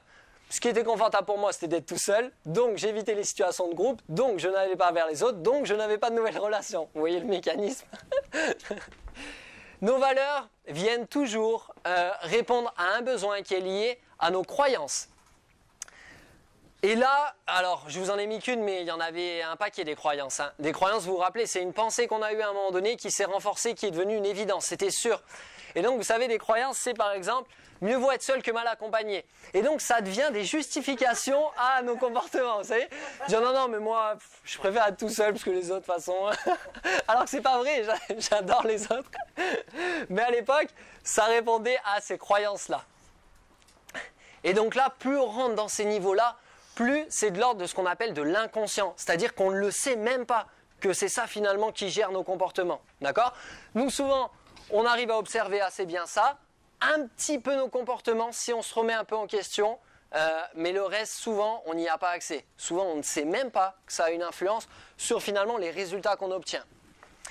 Et donc, nos croyances sont reliées à la vision qu'on a de nous-mêmes. C'est ce qu'on appelle notre sentiment d'identité. Et donc, en termes d'identité, on a tout un tas de croyances sur nous-mêmes, sur qui on est, sur ce qu'on est capable de faire, sur ce que les autres pensent de nous. Et donc à l'époque, et ça c'est quelque chose qui était très très profond, je vous le partage aujourd'hui avec un grand sourire, mais je peux vous dire que j'y ai vraiment bossé, c'est que je pensais être une personne sans valeur et que les gens ne s'intéresseraient jamais à moi. Et que quoi qu'il arrive, je n'intéresserai pas les gens, donc ça ne servait à rien que j'aille dans des situations de groupe, puisque je n'étais pas intéressant, les gens ne s'intéresseraient pas à moi, donc finalement il n'y aurait que de la souffrance à la fin. Vous voyez ce que je veux dire? Et pourtant, je suis devant vous aujourd'hui. Donc, c'est que le changement est possible. Donc ça, c'est l'identité, c'est tout ce qu'on croit sur nous-mêmes. On a énormément de croyances sur qui on est, sur ce qu'on est capable de faire, sur ce qu'on devrait faire, sur ce qu'on devrait être, sur le monde en général, sur plein de choses. Et donc, notre sentiment d'identité est relié à la vision du monde qu'on a, au monde auquel finalement on est relié. On est un petit être, ou on est un être humain au milieu de quelque chose finalement d'immense, de plein d'êtres humains, de plein de mécanismes, de plein de vies. Et donc ça, c'est ce qu'on nomme le transpersonnel, c'est-à-dire ce qui est au-delà de ma simple personne, ce qui est au-delà de moi-même. Et donc on a une vision tous du transpersonnel. Donc c'est ce qui nous relie finalement. Ça rejoint 8, l'environnement, ce qui nous entoure. D'accord? Donc on reboucle à nouveau. Au niveau transpersonnel, c'est les croyances que j'ai sur la vie, sur les autres, ça peut être par exemple la religion, ça peut être la spiritualité, ou ça peut être tout un tas de choses finalement de ce que je comprends, de ce que je crois du fonctionnement du monde et de la vie et des autres. Et donc moi, je vous en donne qu'un seul exemple, mais il y en a plein d'autres. C'était l'être humain est méchant par nature et la vie est difficile. Ben forcément, ça me faisait souffrir que de me retrouver seul, mais en même temps, je justifiais ça de plein de manières différentes. J'allais pas vers les autres, donc je restais finalement sans nouvelles relations.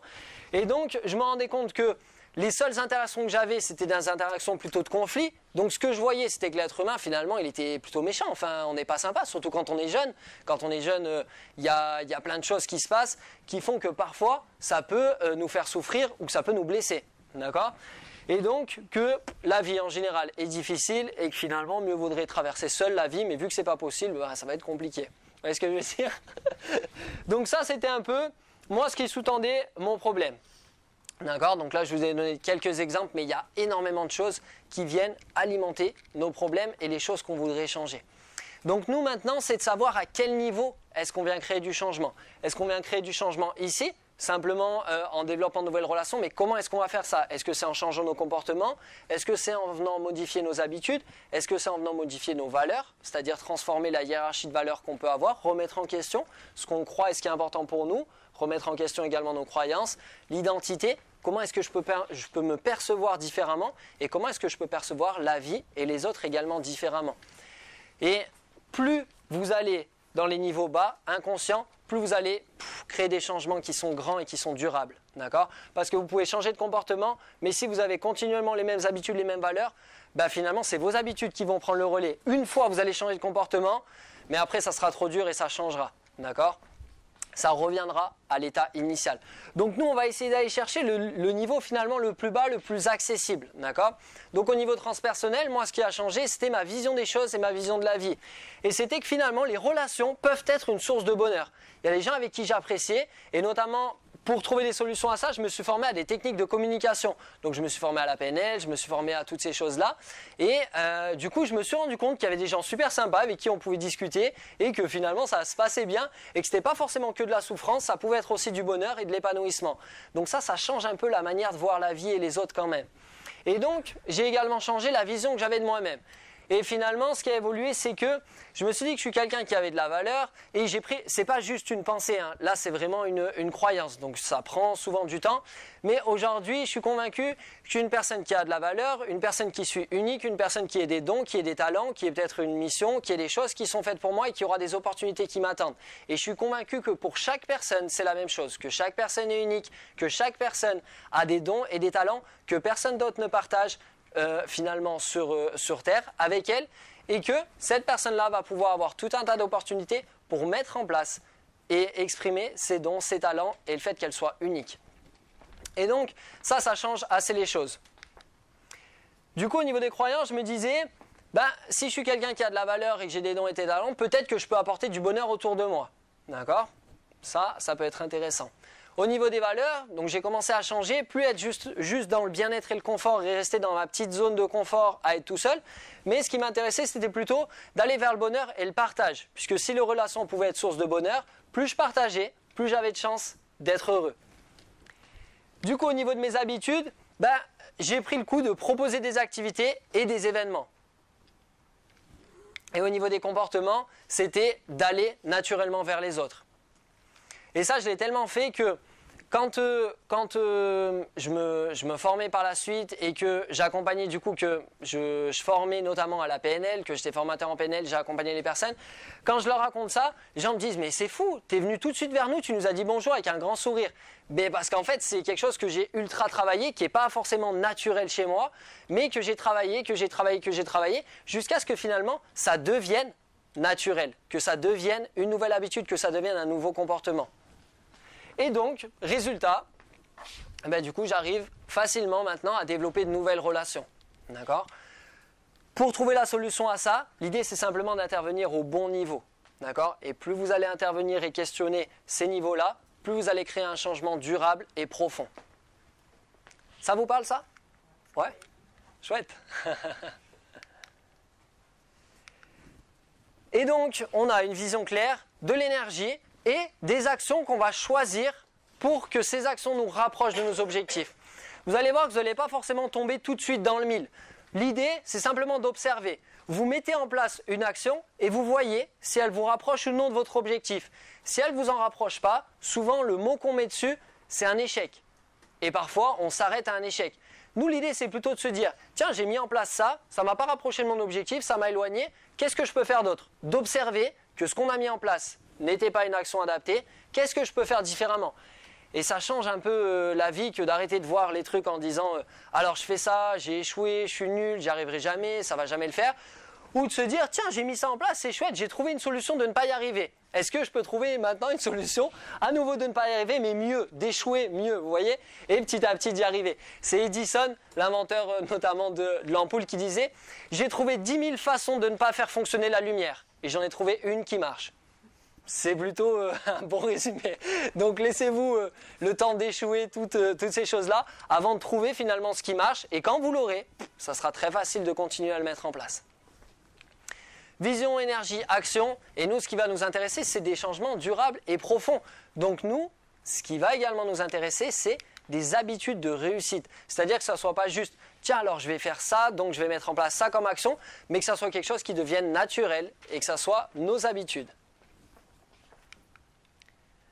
Et donc, des habitudes de réussite, c'est, vous l'aurez compris, des actions qui ont été répétées, qui deviennent automatiques, qui deviennent des habitudes, des actions qui sont adaptées à notre objectif et qui nous en rapprochent de plus en plus. Donc, quand vous l'avez trouvé, vous avez juste à continuer la même chose. On va découvrir ensemble ce qu'on appelle le cycle d'apprentissage, c'est-à-dire comment est-ce qu'on crée de nouvelles habitudes. Parce que on est comme un poisson dans l'eau, on ne se rend pas compte qu'on a appris à faire tout un tas de choses. Tout ce qu'on fait aujourd'hui, on l'a forcément appris. On a appris à parler, on a appris à manger, on a appris à penser, on l'a oublié depuis très longtemps, on a appris à marcher. Et ces choses-là, on les fait aujourd'hui de manière automatique, mais toutes ces choses ont suivi le cycle d'apprentissage. Et parfois, j'ai des gens qui me disent « Non mais Gabin, tu comprends pas, si par exemple on travaille sur la confiance en soi, Gabin, tu comprends pas, moi mon problème c'est pas ça, mon problème c'est que je suis timide. Et la timidité, je pourrais pas la changer, enfin ça a toujours été comme ça a toujours été mon habitude, ça a toujours été ma personnalité. Ça ne change pas une personnalité. Et nous on va voir que si, et on va voir comment. Donc ça c'est le cycle d'apprentissage. Donc chaque apprentissage se décompose en 4 étapes. La première étape, c'est ce qu'on appelle l'incompétence inconsciente. C'est-à-dire que je ne sais pas que je ne sais pas. Je vais vous donner quelques exemples. Si on prend par exemple le ski, c'est pareil pour la conduite ou c'est pareil pour apprendre à marcher. Si on prend le ski, on est nous dans une région montagneuse, on a la chance parfois d'aller skier. Imaginez quelqu'un qui ne sait pas du tout skier, qui n'est jamais allé au sport d'hiver. Ça peut être par exemple un Parisien ou ça peut être quelqu'un d'autre, d'accord? Et qui arrive en bas de la piste et qui se dit chouette, les vacances au sport d'hiver, et qui regarde les skieurs finalement et les snowboarders descendre et qui se dit oh le ski c'est génial. Il est dans l'incompétence inconsciente, c'est-à-dire qu'il ne sait pas encore qu'il ne sait pas skier et que le ski c'est pas ce qu'il imagine. C'est beaucoup plus dur que ça, d'accord? Donc au départ, on ne sait même pas qu'on ne sait pas faire les choses. Le deuxième niveau, c'est l'incompétence, mais à ce moment-là consciente. Ça arrive, donc c'est je sais que je ne sais pas. C'est au moment où notre personne qui n'a jamais fait de ski commence à mettre les chaussures de ski, à marcher sur la neige et à se rendre compte que tout d'un coup, c'est des chaussures qu'elle n'a jamais mises, que c'est difficile. Et si elle essaie de mettre le ski et que le ski commence à glisser, là, il y a une prise de conscience de la difficulté et de l'incompétence. Et donc tout d'un coup, la personne réalise et dit « Oh, vraiment, je ne sais pas faire. » D'accord ? C'est l'incompétence consciente. Si cette personne maintenant veut développer de la compétence, il va falloir qu'elle apprenne petit à petit. Donc il va falloir qu'elle mette en place des actions. Peut-être prendre des cours avec l'ESF ou avec un prof de ski. Et donc, si cette personne-là met en place des actions, parce que là il y a deux choix. Soit je mets en place des actions et je développe de la compétence, soit je me dis je ne sais pas faire, j'y arriverai jamais, c'est trop dur ce truc, j'arrête. Là, il y a ce qu'on appelle une notion de choix. Sachant que l'incompétence consciente, ça peut être quelque chose de très inconfortable. Au moment où on prend conscience qu'on ne sait pas faire quelque chose, c'est remise en question, on va commencer à douter de nous, on va commencer à être frustré, à avoir tout un tas de parasites, de résistance qui vont parfois nous empêcher à développer de la compétence. Donc nous, si cette personne va prendre des cours de ski, qu'elle choisit de développer de la compétence, elle va basculer dans la compétence consciente. Ça veut dire que cette personne doit être complètement concentrée à ce qu'elle fait, doit être consciente de ce qu'elle est en train de mettre en place. Donc c'est notre ami qui apprend à skier et qui est sur ses deux skis et qui dit alors chasse-neige, donc si je veux tourner, je plante le bâton, je plie le genou, je tourne, et donc qui est hyper concentré, c'est très mécanique, et donc qui se répète ça, vous savez. Et dès que cette personne, son attention part ailleurs, sur un beau paysage, ou sur un sapin, ou sur une snowboardeuse, ou un snowboarder, ou peu importe, du coup c'est paf, la chute, parce que la compétence n'est présente que quand la conscience est présente, d'accord? C'est la compétence consciente, je sais que je sais, ou je sais que je suis en train d'apprendre. Mais tout d'un coup, je me rends compte que je peux développer cette compétence. Le quatrième niveau de cycle d'apprentissage, c'est ce qu'on appelle la compétence inconsciente. Ça veut dire que je ne sais pas que je sais. C'est la personne qui, à un moment donné, a tellement pris de cours de ski, a tellement skié, qu'elle peut skier sans même faire attention à chasse-neige ou pas, qu'elle peut regarder le paysage, qu'elle peut chanter en même temps, qu'elle peut parler avec son voisin, qu'elle peut faire tout un tas de choses sans avoir conscience de ce qu'elle est en train de faire. D'accord? Quand on apprend à conduire, c'est la même chose. Au départ, on se dit, mais c'est quoi tout ça, toutes ces pédales, tous ces trucs? Et petit à petit, on va développer de la compétence. Et cette compétence à un moment donné va même nous permettre de conduire et d'être complètement inconscient de ce qu'on est en train de faire. Parfois, on prend la voiture, on rentre d'une journée fatigante, on arrive à la maison et on se dit, mais par où je suis passé pour arriver? On n'avait même pas conscience de la route qu'on était en train de prendre. C'est un pilote automatique. C'est du pilotage automatique. Ça, c'est nos habitudes, ça c'est notre personnalité. C'est-à-dire que notre personnalité, notre cerveau, c'est un gros paquet d'habitudes. Il y a des choses qu'il a appris à faire, qu'il a tellement répété que ça lui est automatique, ça lui est facile, c'est naturel, ça lui prend très peu d'énergie, donc logiquement, c'est ce qu'il va vous proposer en premier. Si vous avez eu l'habitude de vous énerver parce que, je vous dis n'importe quoi, hein, mais par exemple, petit, vous aviez 2 ou 3 ans et à l'école maternelle, on vous vole votre doudou. Et qu'on vous vole votre doudou, et là vous avez plusieurs options. Soit vous êtes triste et vous pleurez, soit vous êtes content et vous dites génial, du coup ça servira à quelqu'un d'autre, soit vous êtes, soit vous vous mettez en colère et vous dites voilà, donc vous pouvez pleurer mais allez dire à la maîtresse mais c'est pas normal, on m'a volé mon doudou, et vous vous mettez en colère. Et donc la maîtresse se met en charge de retrouver votre doudou. C'est une grande personne, elle la retrouve facilement, elle vous le rend. Et là, inconsciemment, dans notre cerveau, du coup on associe le fait de se mettre en colère à obtenir quelque chose. Obtenir réparation, obtenir résultat. On a 2-3 ans. Quelques années après, 5-6 ans, on fait les courses par exemple avec nos parents. Et dans le magasin, on fait les courses alimentaires, ça n'a rien de marrant. Je vois un jouet par exemple. Vous voyez un jouet. Et là vous dites je veux ça. Et bien ça on dit on n'est pas venu là pour ça, tu laisses tomber, on avance. Allez dépêche-toi. Et là du coup dans le cerveau il y a un truc intéressant qui se passe. C'est alors quelles sont mes options pour avoir ce que j'ai envie d'avoir? Alors soit je me mets à pleurer, soit je m'arrête là et je fais un peu la grève de la course, soit je me mets en colère. Me mettre en colère, je l'ai déjà fait une fois, ça a marché. Il y a comme une lumière qui s'allume. Et donc là, c'est à nouveau le caprice et c'est à nouveau la colère qui se met en place. Et donc, les parents qui sont là et qui disent « Ah non, il va pas se mettre à faire ça là, oh là là, on vient juste de démarrer les courses. Bon, prends ton jouet, mais les parents, je veux plus t'entendre. » Tic, ça fait un tilt dans le cerveau, ça s'allume et ça dit « Ah, la colère, ça marche encore !» Et ça, c'est inconscient. Hein. Bien sûr, le petit, il n'est pas responsable, pas coupable de ça. Mais il fait ces associations. Tellement que quand cet enfant qui a grandi arrive dans la période, vous savez, de l'adolescence, cette période faste pour les relations, pour le bonheur, et il veut se mettre en opposition avec l'autorité. Il y a plusieurs moyens de le faire. Ben lui, du coup, il y a un petit tilt qui dit la colère, c'était intéressant. Donc, colère, conflit, colère. Et cette personne-là continue à se mettre en colère pour obtenir ce qu'elle a envie d'obtenir. Jusqu'à ce qu'elle arrive à 25 ans, 30 ans, qu'elle soit dans un milieu professionnel et qu'un jour on lui fasse une remarque qui lui plaît pas et tout d'un coup elle se sent en colère et elle dit mais je comprends pas, c'est disproportionné par rapport, enfin il m'a dit c'était un tout petit truc et je suis hyper en colère, j'ai failli l'agresser et on sent à l'intérieur qu'il y a un truc qui est pas ok mais qui a pris une ampleur assez importante, qui a pris une intensité assez importante. C'est juste que on a été hyper entraîné à se mettre en colère, à s'énerver. Et donc dès qu'il y a quelque chose qui ne nous va pas, même si parfois c'est plutôt lié à la tristesse ou à la peur, c'est bim, la colère qui va revenir parce que c'est notre habitude. Et donc ces habitudes-là de pensée, d'émotion, ça constitue notre personnalité. Et donc oui, on a appris à être comme on est aujourd'hui. Alors c'est à la fois une mauvaise nouvelle et c'est à la fois une bonne nouvelle, dans le sens où si on a appris à être comme on est, on peut très bien apprendre à être finalement à avoir des comportements nouveaux, à avoir des habitudes nouvelles, à avoir des manières de réagir différentes et toutes ces choses-là. Ça vous parle ça? Ouais, chouette. Et donc, là je vous donne simplement les portes d'entrée pour passer de chacune pour passer d'une étape à une autre. Et donc pour passer de l'incompétence inconsciente à l'incompétence consciente, il vous faut une prise de conscience. Une prise de conscience, c'est quelqu'un qui vous dit « Ah mais ça, tu pourrais le faire différemment ». Ou c'est une situation que vous viviez où vous prenez conscience tout d'un coup. Soit que vous ne savez pas faire, soit qu'il y a autre chose de possible que vous ne pensiez pas possible avant. Vous avez une prise de conscience.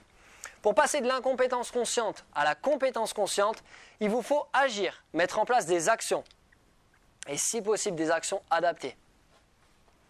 Et pour passer de la compétence consciente à la compétence inconsciente, il vous faut de la répétition. Beaucoup de répétitions. Et ces choses qu'on a tellement répétées deviennent nos habitudes et deviennent complètement inconscientes, tellement inconscientes qu'elles rentrent au niveau de notre cerveau comme un pilote automatique. C'est-à-dire que quand on a nos habitudes de réussite qu'on a réussi à créer avec des actions adaptées, répétées, répétées, répétées, on a un pilote automatique vers la réussite. Et ça, pour le coup, c'est assez intéressant.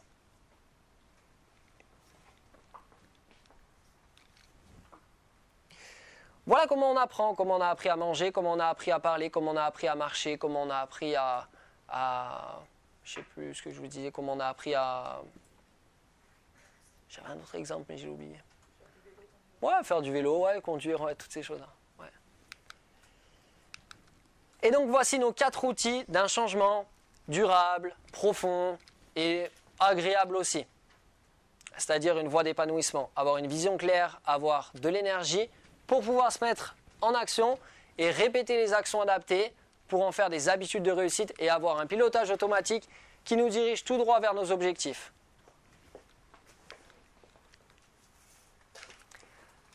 Ça vous va pour nos outils? Ouais. Et donc on va s'intéresser maintenant à la sagesse, parce que maintenant que vous avez le pouvoir de tout changer, il va falloir que beaucoup de sagesse pour l'utiliser avec parcimonie et bienveillance. Alors, je bois juste un coup.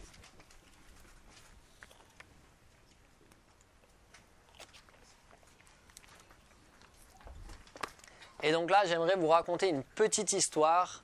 C'est une histoire qui s'appelle Les 3 portes de la sagesse. Et donc, c'est l'histoire d'un jeune prince courageux qui est destiné à devenir roi. Et avant de devenir roi, il souhaite découvrir le chemin de la vie et il souhaite développer de la sagesse. Et donc, son père, en bon roi, lui conseille d'aller voir un sage, un très vieux sage. Et donc, notre jeune prince courageux, avide de découvrir la vie et la sagesse, se rend chez ce sage et lui dit « Écoutez, ce que je veux, c'est découvrir la sagesse et pouvoir cheminer, finalement, parcourir le chemin de la vie pour ensuite être un bon roi. » Et donc, le sage lui dit « Très bien. Alors, je pourrais soit te donner des paroles, soit t'expliquer ces choses-là et ça partirait très rapidement, ça s'effacerait très rapidement, soit tu vas pouvoir parcourir toi-même ce chemin-là. » Et donc, le prince lui dit « Très bien, je suis prêt à parcourir ce chemin. » Donc, le sage lui dit « Sur le chemin que tu vas entreprendre, la route que tu vas suivre, tu découvriras 3 portes. Sur ces portes, il y aura des inscriptions. Prends note de ces inscriptions et chemine avec elles. De toute façon, tu ne pourrais pas y résister. » Et donc le prince, curieux, se dit « Chouette, je vais aller découvrir tout ça. » Et donc il démarre son voyage et il arrive devant une première porte. Et sur cette première porte est noté « Change le monde ». Et le prince se dit « Je suis plutôt content parce que c'est un peu pour ça que je suis venu. Il y a plein de choses qui ne me vont pas dans ce monde-là. Il y a des choses que j'ai envie de changer. Et c'est parti. » Et donc il s'engage et il commence à lutter, à changer les choses, à essayer de modifier finalement le monde extérieur. Et quelques temps après, il est un peu essoufflé quand même de toutes ces luttes, il rencontre à nouveau le sage. Et le sage lui dit « Alors, jeune prince, qu'est-ce que tu as appris sur ton chemin ?» Et le prince lui dit « Ce que j'ai appris, c'est que finalement, dans le monde, il y a des choses que j'ai pu changer et puis il y a des choses qui me résistent. Il y a des choses qui sont en dehors de mon contrôle. Et donc, si je mets de l'énergie sur ce qui est en dehors de mon contrôle, finalement, je m'épuise et je suis déjà un petit peu fatigué. » Et ça, je lui dis très bien, tu as compris la première leçon, il y a dans le monde des choses que tu peux changer et des choses qui sont en dehors de ton contrôle. Concentre-toi exclusivement sur ce que tu peux changer. Et sur ce, le sage lui souhaite bonne route, bonne continuation. Et donc le prince continue et arrive devant la seconde porte. Et seconde porte est notée en haut, change les autres. Et donc là, le prince dit, chouette, j'ai pas pu changer le monde, il y a des trucs qui m'ont résisté, mais par contre les autres, je sais exactement ce qu'ils vont devoir changer, donc je suis assez content de pouvoir le faire. Et donc il s'avance sur chemin et il va commencer à noter les défauts des autres, ce que les autres devraient changer, à faire des remarques, à dire, alors toi, il faut que tu fasses ça, toi, il faut que tu fasses ça, à rentrer en conflit avec les autres, pour leur dire finalement comment est-ce qu'ils doivent changer, comment est-ce qu'ils doivent être. Et au bout d'un moment de lutte et d'effort, il s'arrête Et à ce moment-là, il rencontre à nouveau le sage. Et le sage lui dit, alors, qu'est-ce que tu as appris derrière cette porte-là? Et le prince lui répond, lui dit, finalement, ce que j'ai appris, c'est que les autres ne sont pas vraiment sous mon contrôle. Et en plus, les autres ne sont pas la racine de mes émotions. C'est-à-dire que ce n'est pas finalement eux qui sont la cause de mes colères ou de mes joies.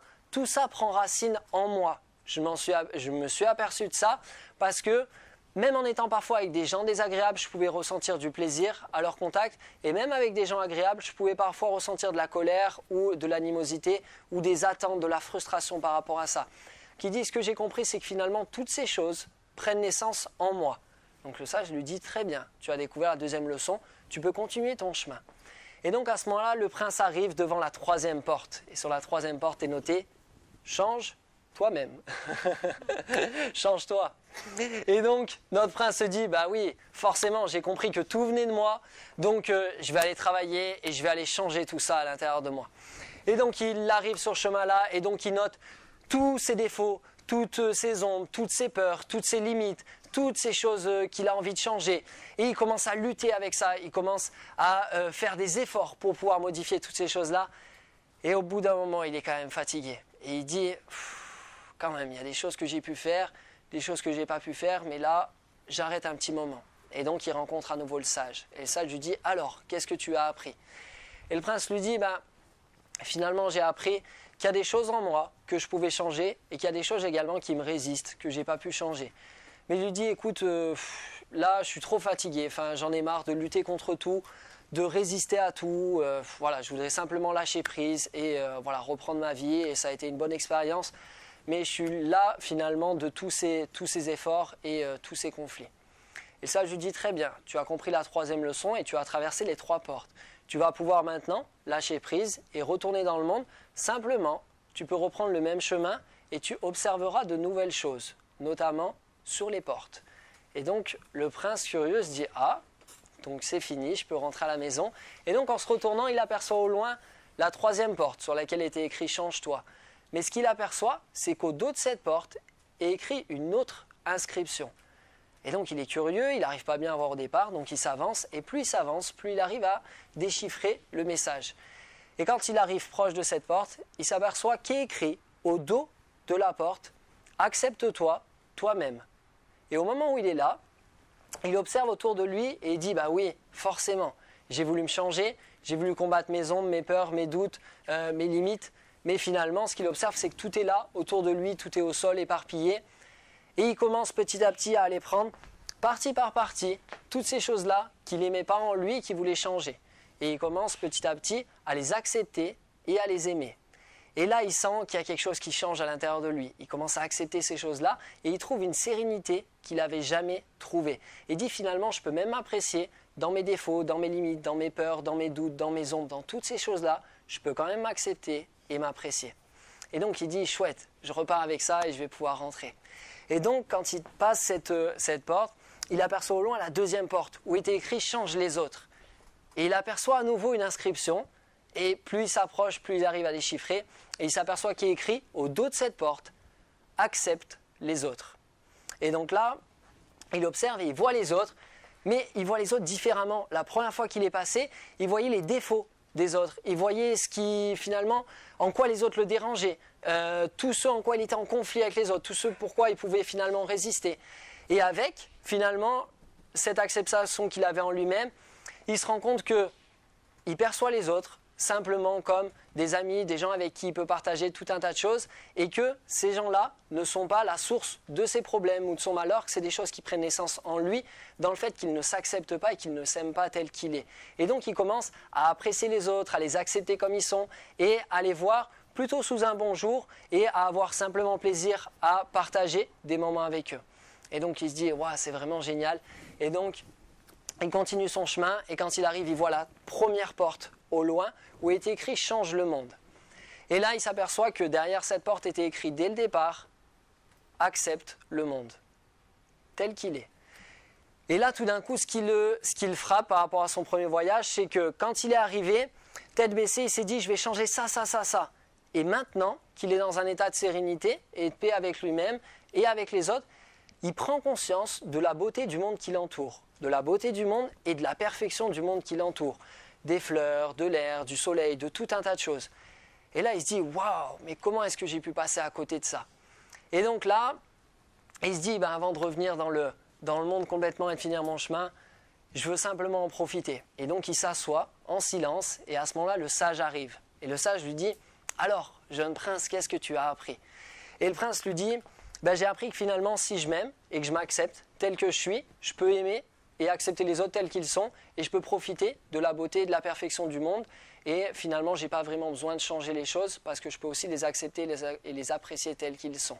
Et donc le sage lui dit, très bien, tu as passé les portes avec succès et tu es passé du silence de la plénitude et tu vas maintenant pouvoir accéder à la plénitude du silence.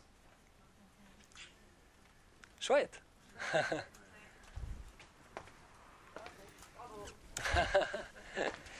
Donc voilà la vraie sagesse du héros, c'est que le héros peut changer les choses, mais il a d'autres options aussi. Il peut les aimer, les apprécier, les accepter tels qu'ils sont.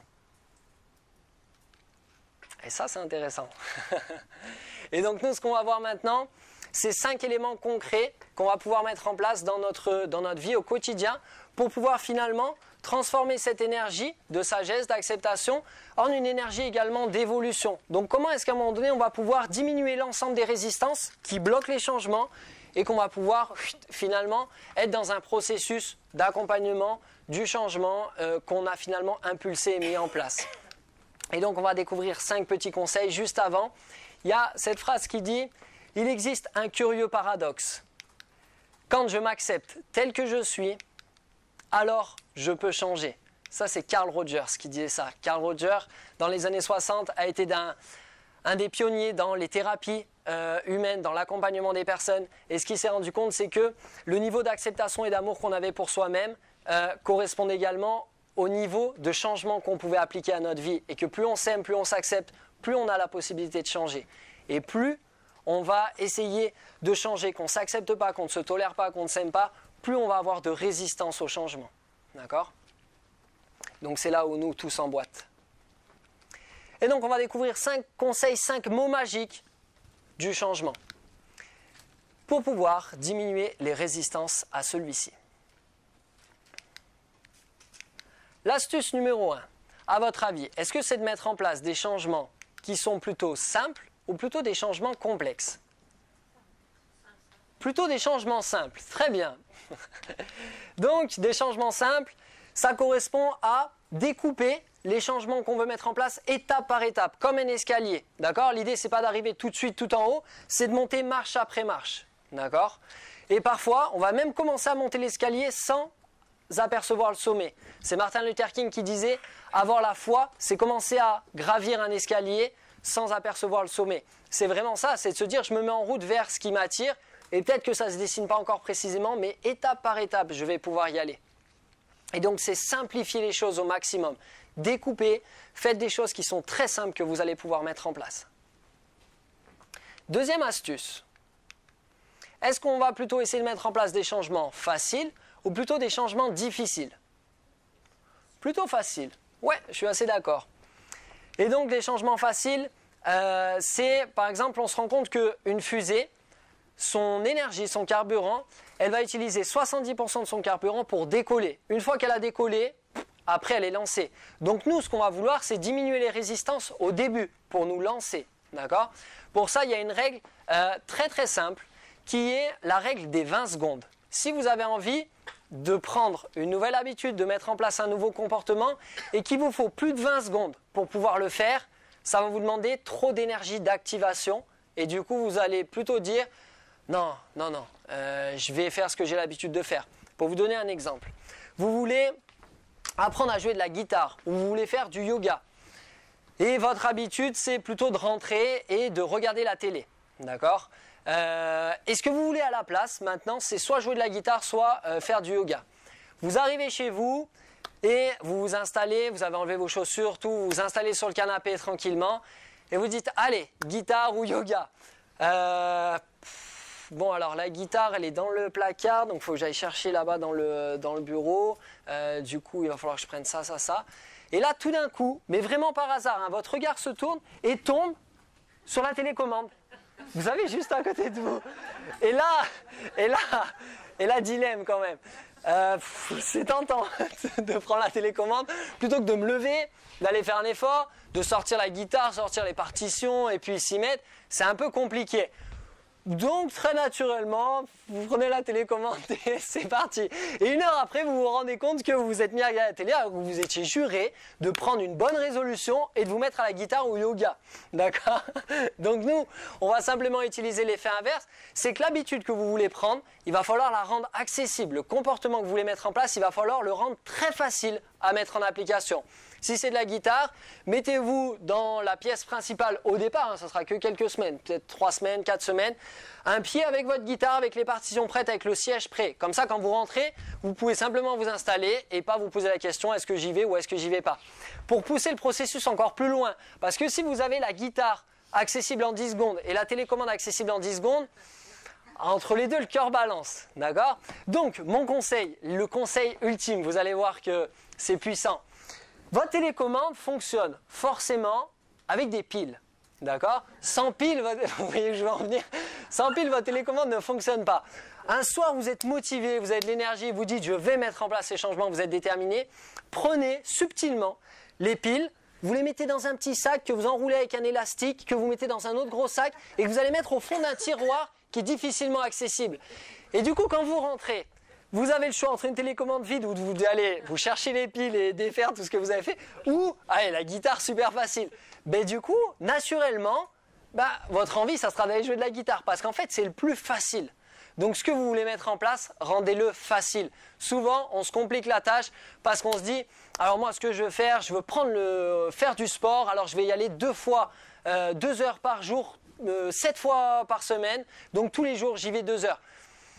C'est pas forcément le plus facile, hein. Peut-être que le plus facile c'est commencer par prendre les escaliers. Vous savez, si vous avez un ascenseur et que vous habitez au 1er ou au 2e étage, ou c'est peut-être de garer votre voiture un tout petit peu plus loin que d'habitude et de marcher, ou c'est peut-être au lieu de prendre les transports en commun faire du vélo, c'est rendre les choses simples et faciles. Donc ça c'est les 2 premiers conseils, simple et facile, les changements que vous voulez mettre en place. En faisant ça, vous allez diminuer les résistances et vous vous ouvrez la voie royale vers la réussite et vos objectifs. Astuce numéro 3. Est-ce qu'on va plutôt mettre en place des changements agréables ou désagréables? Eh oui, agréable, mais vous allez voir que ce n'est pas forcément une évidence.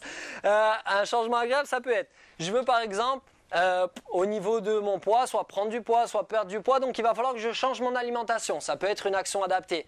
Et donc dans mon action adaptée, j'adore par exemple les pizzas, et j'adore ça. Et je sais que par rapport à mon objectif, si c'est par exemple perdre du poids, la pizza n'est pas une super action adaptée, d'accord? Et j'ai le choix avec, vous savez, ces trucs bio, ces trucs qui n'ont pas forcément beaucoup de goût, mais au moins, ça ne nous fait pas prendre de poids. Et si vous êtes entre agréable et désagréable, et naturellement, vous allez aller vers ce qui est agréable, d'accord? Donc l'idée, ça va être de trouver des aliments qui sont également agréables, d'accord, et qui vous permettent d'atteindre votre objectif. Au lieu de vous forcer, au lieu d'utiliser votre volonté pour dire non, la tentation, j'y résiste, je vais plutôt manger ma salade ou je vais manger un truc sans goût. L'idée, c'est de proposer des options agréables qui vont nous amener vers notre objectif. Parce que les scientifiques se sont rendus compte, et l'expérience a été faite avec des cookies, que la volonté fonctionne comme un réservoir. Et que plus vous piochez dans le réservoir de la volonté, plus à un moment donné, vous vous rapprochez du moment où vous n'aurez plus de volonté et du coup vous ne pourrez plus continuer à mettre les changements que vous avez envie de mettre en place finalement dans votre quotidien, dans votre vie. Donc ça, l'expérience, ils s'en sont rendus compte parce que ils ont demandé à des personnes de résoudre des problèmes de maths assez complexes qui prenaient quelques dizaines de minutes et on s'est aperçu que si, pendant qu'on leur proposait ces problèmes de maths, on proposait à ces personnes-là des cookies et qu'on leur disait « alors les cookies, ils sont là, mais par contre, il ne faut pas en manger », et on se rendait compte que les personnes avaient beaucoup plus de mal à résoudre le problème, mettaient plus de temps, et voire même avaient un plus grand taux d'abandon. Et donc les personnes, on s'est aperçu qu'en fait en résistant à quelque chose avec la volonté de dire non j'y touche pas, du coup ça a épuisé les ressources qu'on avait en nous, D'accord? Et on a refait l'expérience, on a mis à des personnes des cookies et des radis, et on a dit, bah, prenez ceux qui vous tentent le plus, et du coup les personnes, il y a des vidéos là-dessus, et les personnes du coup hésitaient, on voit vraiment le dilemme, et on se rend compte qu'en fait, les personnes qui ont le mieux réussi les problèmes de maths et qui les ont résolus le plus rapidement, c'est ceux qui n'avaient ni cookies ni radis, qui avaient une table vide et qui devaient simplement résoudre leurs problèmes. D'accord? Donc plus vous avez de tentations autour de vous et plus vous avez de choses désagréables que vous devez mettre en place, moins vous avez de chances que ça aboutisse. Donc rendez-vous la vie agréable et faites des choses agréables. Et ça, il va falloir se poser des questions, de dire, mon changement, souvent, on se dit que le changement c'est désagréable, qu'il faut quelque chose de nouveau, de difficile, de complexe, de désagréable. Non, non, non. Nous, on va essayer de trouver des choses simples, faciles et qui vous sont agréables. L'astuce numéro 4. Est-ce qu'on va plutôt mettre un changement en place lent, c'est-à-dire progressif, ou plutôt rapide, c'est-à-dire qu'on veut tout de suite prendre une nouvelle habitude? Ah, je vois vos grimaces que vous connaissez la réponse, mais que... Et exactement, on veut un changement lent, on veut un changement progressif, puisqu'on veut un changement durable et profond. On ne veut pas le phénomène de bonne résolution qui tient au mieux, allez, 10, 15, 20 jours. Au moins bien quelques minutes. Moi, j'arrête de fumer après le 31 décembre. 31 décembre, minuit, un quart d'heure après, ah, j'ai quand même envie de fumer, j'ai quand même envie de fumer. Donc nous, l'idée, c'est plutôt qu'on fasse quelque chose de lent. Un petit peu comme une tortue, qu'on prenne notre temps. Et pour ça, il y a plusieurs phrases qui sont intéressantes. La première que j'aime beaucoup, c'est Winston Churchill, qui disait régulièrement à son chauffeur, « Surtout, roulez doucement, je suis pressé ». Et bah pour le coup, c'est quand même du bon sens. Aller lentement vers les choses nous permet beaucoup plus facilement de les atteindre. D'accord? C'est l'histoire du lièvre et de la tortue. Le lièvre qui va beaucoup plus vite, la tortue qui prend son temps, mais qui fournit un effort prolongé. Le lièvre qui va faire des efforts assez rapides, mais ponctuels, et qui arrivera bien après la tortue à son objectif. Et donc il y a une autre phrase aussi qui est intéressante, c'est Paulo Coelho qui disait « Changez, mais commencez lentement, car la direction est plus importante que la rapidité. » Ce qui nous intéresse d'abord, c'est trouver nos actions adaptées. Et une fois qu'on les a, on va pouvoir les répéter, et là, ça va prendre de la vitesse. Là, ça va prendre, c'est un peu comme le tourniquet, vous savez. Au départ, c'est difficile de le mettre en route, mais dès qu'on a commencé à faire un ou deux tours, tout d'un coup, les gens qui sont dessus nous paraissent beaucoup moins lourds, et nous paraissent même aidants, nous paraissent être une ressource pour que le tourniquet tourne de plus en plus vite, même sans nous. Nous, l'idée, c'est qu'on commence à faire tourner cette roue-là, du changement, dans la direction de nos objectifs. Et donc, on va y aller lentement pour pouvoir mettre en place ce qu'on a envie de mettre en place. Et une fois qu'on sera bon et qu'on y aura bien testé, on va pouvoir laisser ça se dérouler de manière automatique. Et notre cinquième astuce, c'est soit un changement gagnant-gagnant, soit un changement gagnant-perdant. Et donc ça peut se voir à différents niveaux. Ça peut être vrai avec les personnes autour de nous. Par exemple, vous savez, les compromis. Les compromis, moi j'ai envie par exemple, allez, je vous prends un exemple, en plus ça m'est arrivé tout à l'heure, je suis arrivé à la conférence un peu avant pour préparer, j'étais un tout petit peu en retard et en fait ce matin j'ai travaillé sur la conférence, donc mon petit déj et le repas de midi, j'ai pas tout de suite fait la vaisselle et donc j'ai laissé dans l'évier. Mais je vis pas tout seul, donc ma chérie elle est rentrée ce soir à 19h, donc j'étais déjà dans la salle. Et en fait, elle aime bien, elle, que tout soit nickel, c'est-à-dire qu'il n'y ait rien dans l'évier. Et moi, je suis plutôt du genre à dire, j'aime bien faire quand j'ai envie de le faire. Donc par exemple, je l'aurais bien fait demain matin. Du coup, compromis, est-ce qu'il faut que je le fasse, est-ce qu'il ne faut pas que je le fasse? Et donc nous, l'idée, c'est de voir comment est-ce qu'on peut trouver des partenariats qui sont gagnant-gagnant, c'est-à-dire qui satisfassent les deux parties, d'accord? Pour pas que ça lèse une partie, qu'elle soit perdante et que l'autre soit gagnante, d'accord? Maintenant, les mêmes choses se passent en nous. C'est ce qu'on appelle des conflits internes. On a par exemple l'objectif, on peut reprendre, ou alors on en prend un autre, on peut prendre le fait d'arrêter de fumer. Arrêter de fumer, ça peut apporter du plaisir ou ça peut apporter des moments où on est juste avec nous-mêmes, ça peut apporter des pauses, ça peut apporter le fait de se retrouver et de prendre un temps de break plusieurs fois par jour. D'accord ? Et on se dit, tiens, je veux arrêter de fumer. Et donc si je me dis, j'arrête de fumer, mais du coup ça va être désagréable, j'aurai pas de pause, j'aurai pas de moment pour moi, je vais être énervé. Pour le coup, il y a un conflit interne entre j'ai envie à la fois de continuer à fumer pour ces choses-là, mais en même temps, j'ai envie d'arrêter de fumer pour ma santé ou pour mon état de forme ou pour plein de choses. Et donc, je suis tiraillé entre continuer à fumer ou arrêter de fumer. D'accord ? Nous, ce qu'on va vouloir faire, c'est trouver quelque chose de gagnant-gagnant. C'est dire finalement, qu'est-ce qui est important dans le fait de fumer ? Prendre des pauses, avoir des moments pour moi dans la journée et me sentir bien. D'accord ? Et donc l'idée, c'est qu'on trouve un comportement qui puisse satisfaire également ça, c'est-à-dire qui nous permette de ne pas le perdre. Et donc je peux très bien me dire, ce que je veux à la place de fumer, c'est boire un verre d'eau. Boire un verre d'eau, peut-être que ça m'amène vers mes objectifs, et en même temps, ça satisfait le fait de prendre une pause, de faire des breaks et d'avoir un temps pour moi.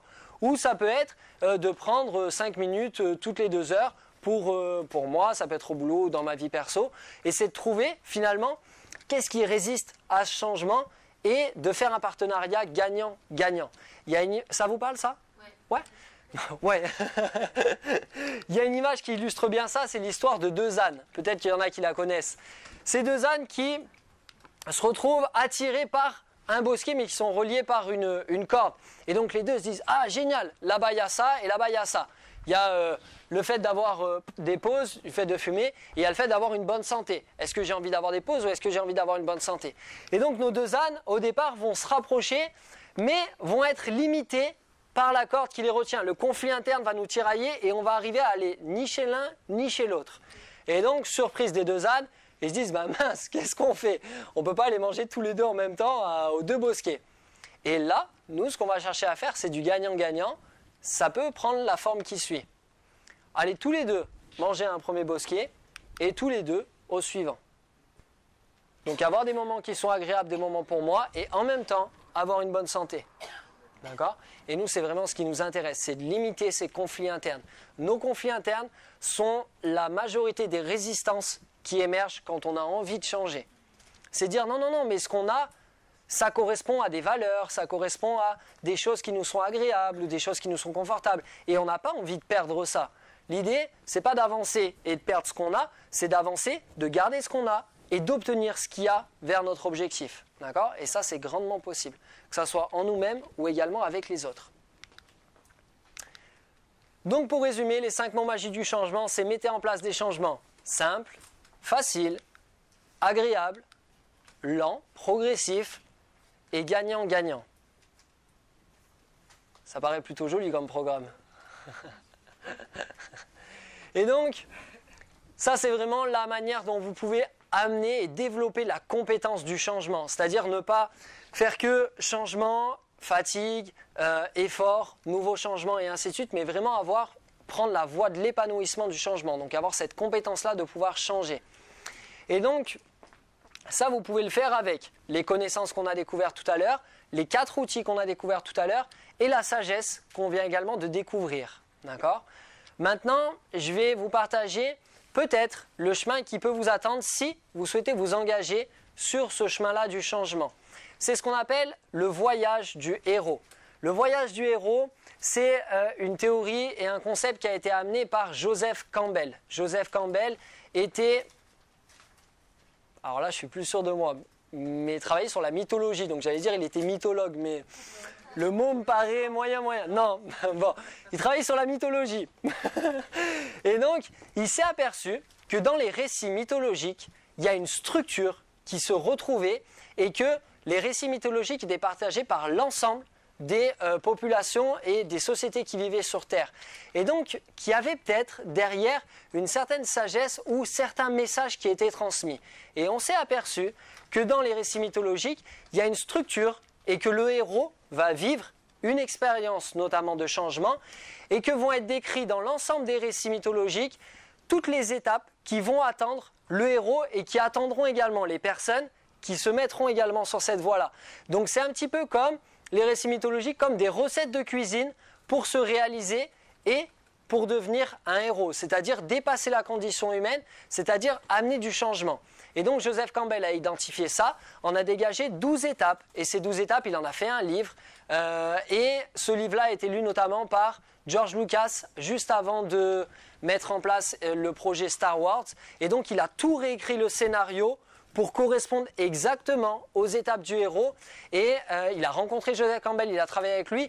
Et donc ça, c'était dans les années 70-80. Et depuis, il y a énormément de cinéastes ou d'auteurs ou de tout un tas de personnes qui racontent des histoires liées à des héros qui se sont appuyés sur les travaux de Joseph Campbell qui sont juste extraordinaires. Si ça vous intéresse, vous taperez Voyage du héros sur Internet. Vous allez trouver plein d'informations. C'est extraordinaire, vraiment. Vraiment intéressant. Donc ça, c'est une carte de ce qui potentiellement peut vous attendre si vous voulez amener du changement. Donc moi, j'ai gardé 8 étapes qui vont, dans la structure, reprendre l'ensemble des éléments qu'on a vus et qui peuvent vous permettre de savoir à quoi vous attendre. Donc les 8 étapes que moi j'ai gardées par rapport aux 12 qu'ils proposent, c'est la première étape, c'est celle de l'appel. C'est-à-dire que vous sentez que vous avez envie de changement.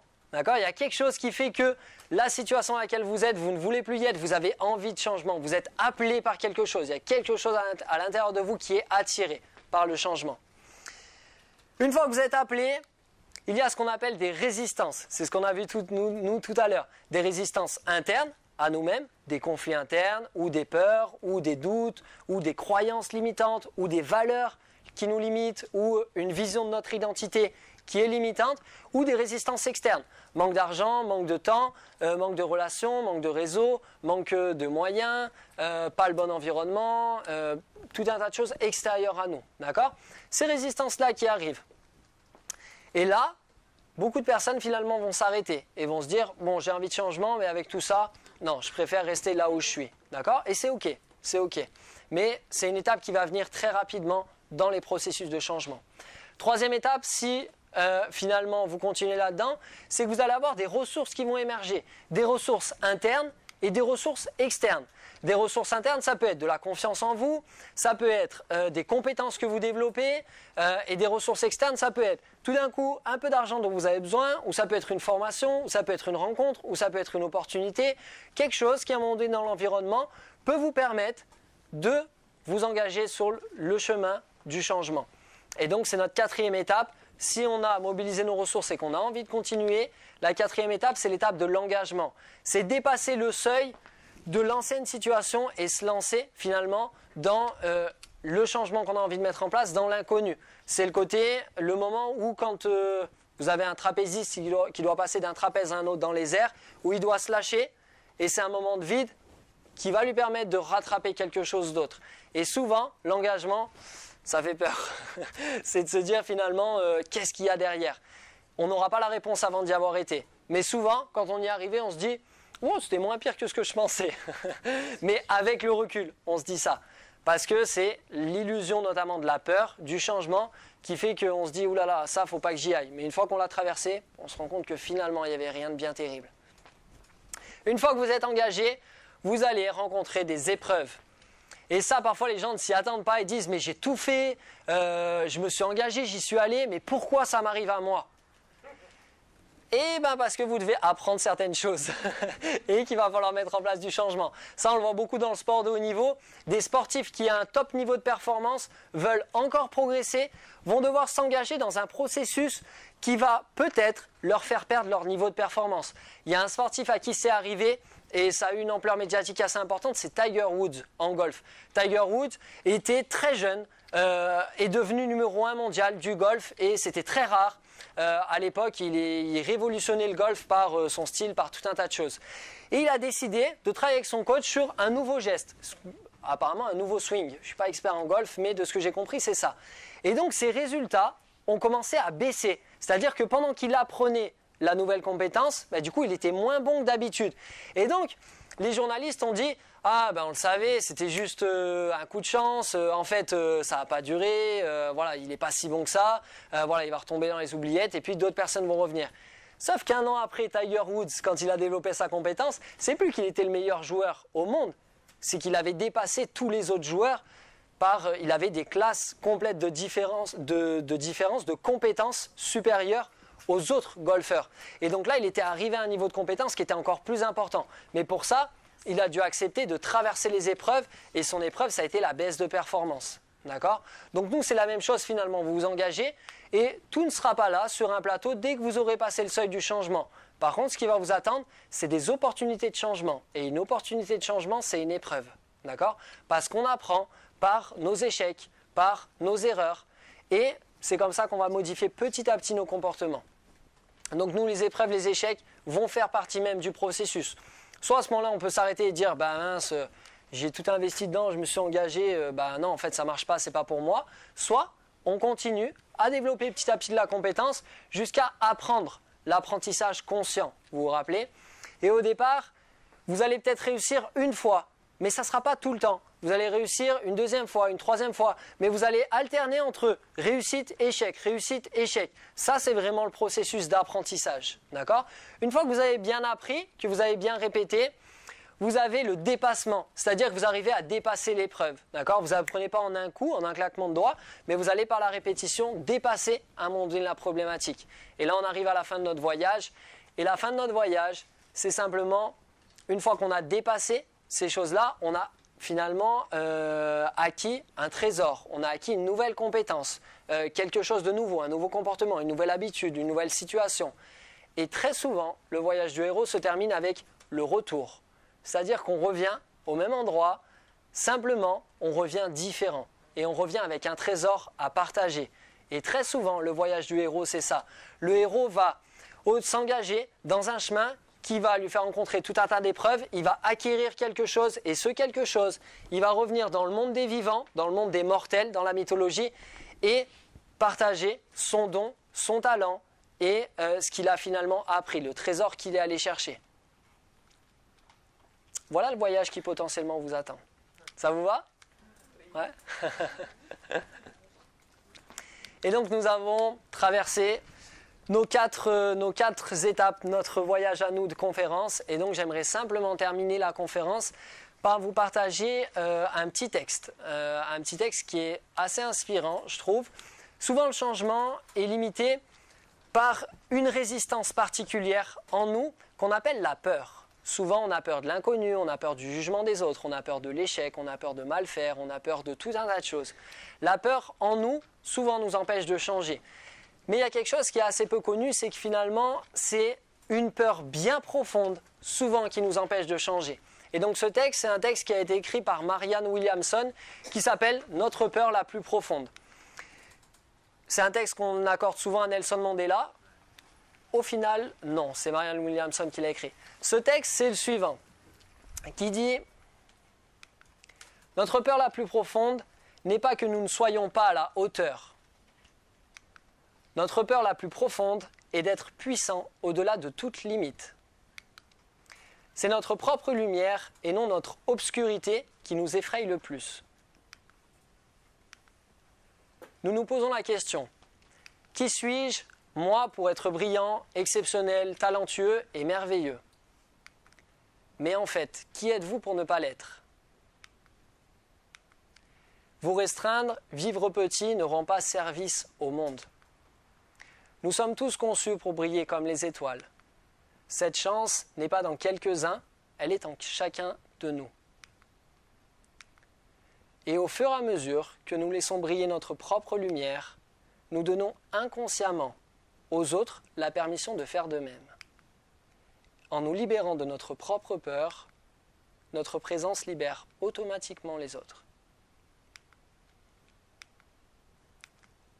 Voici ce petit texte.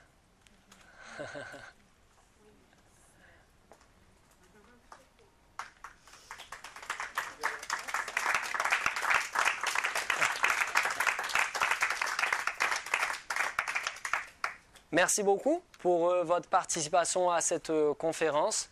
Je vous souhaite un bon voyage de changement. Et pour terminer, c'est Gandhi qui disait qu'en réveillant le héros en nous, finalement, nous pouvons incarner le changement que nous voulons voir dans le monde. Et c'est de cette manière-là qu'on peut transformer les choses. Donc c'est l'invitation que je vous partage. Merci beaucoup.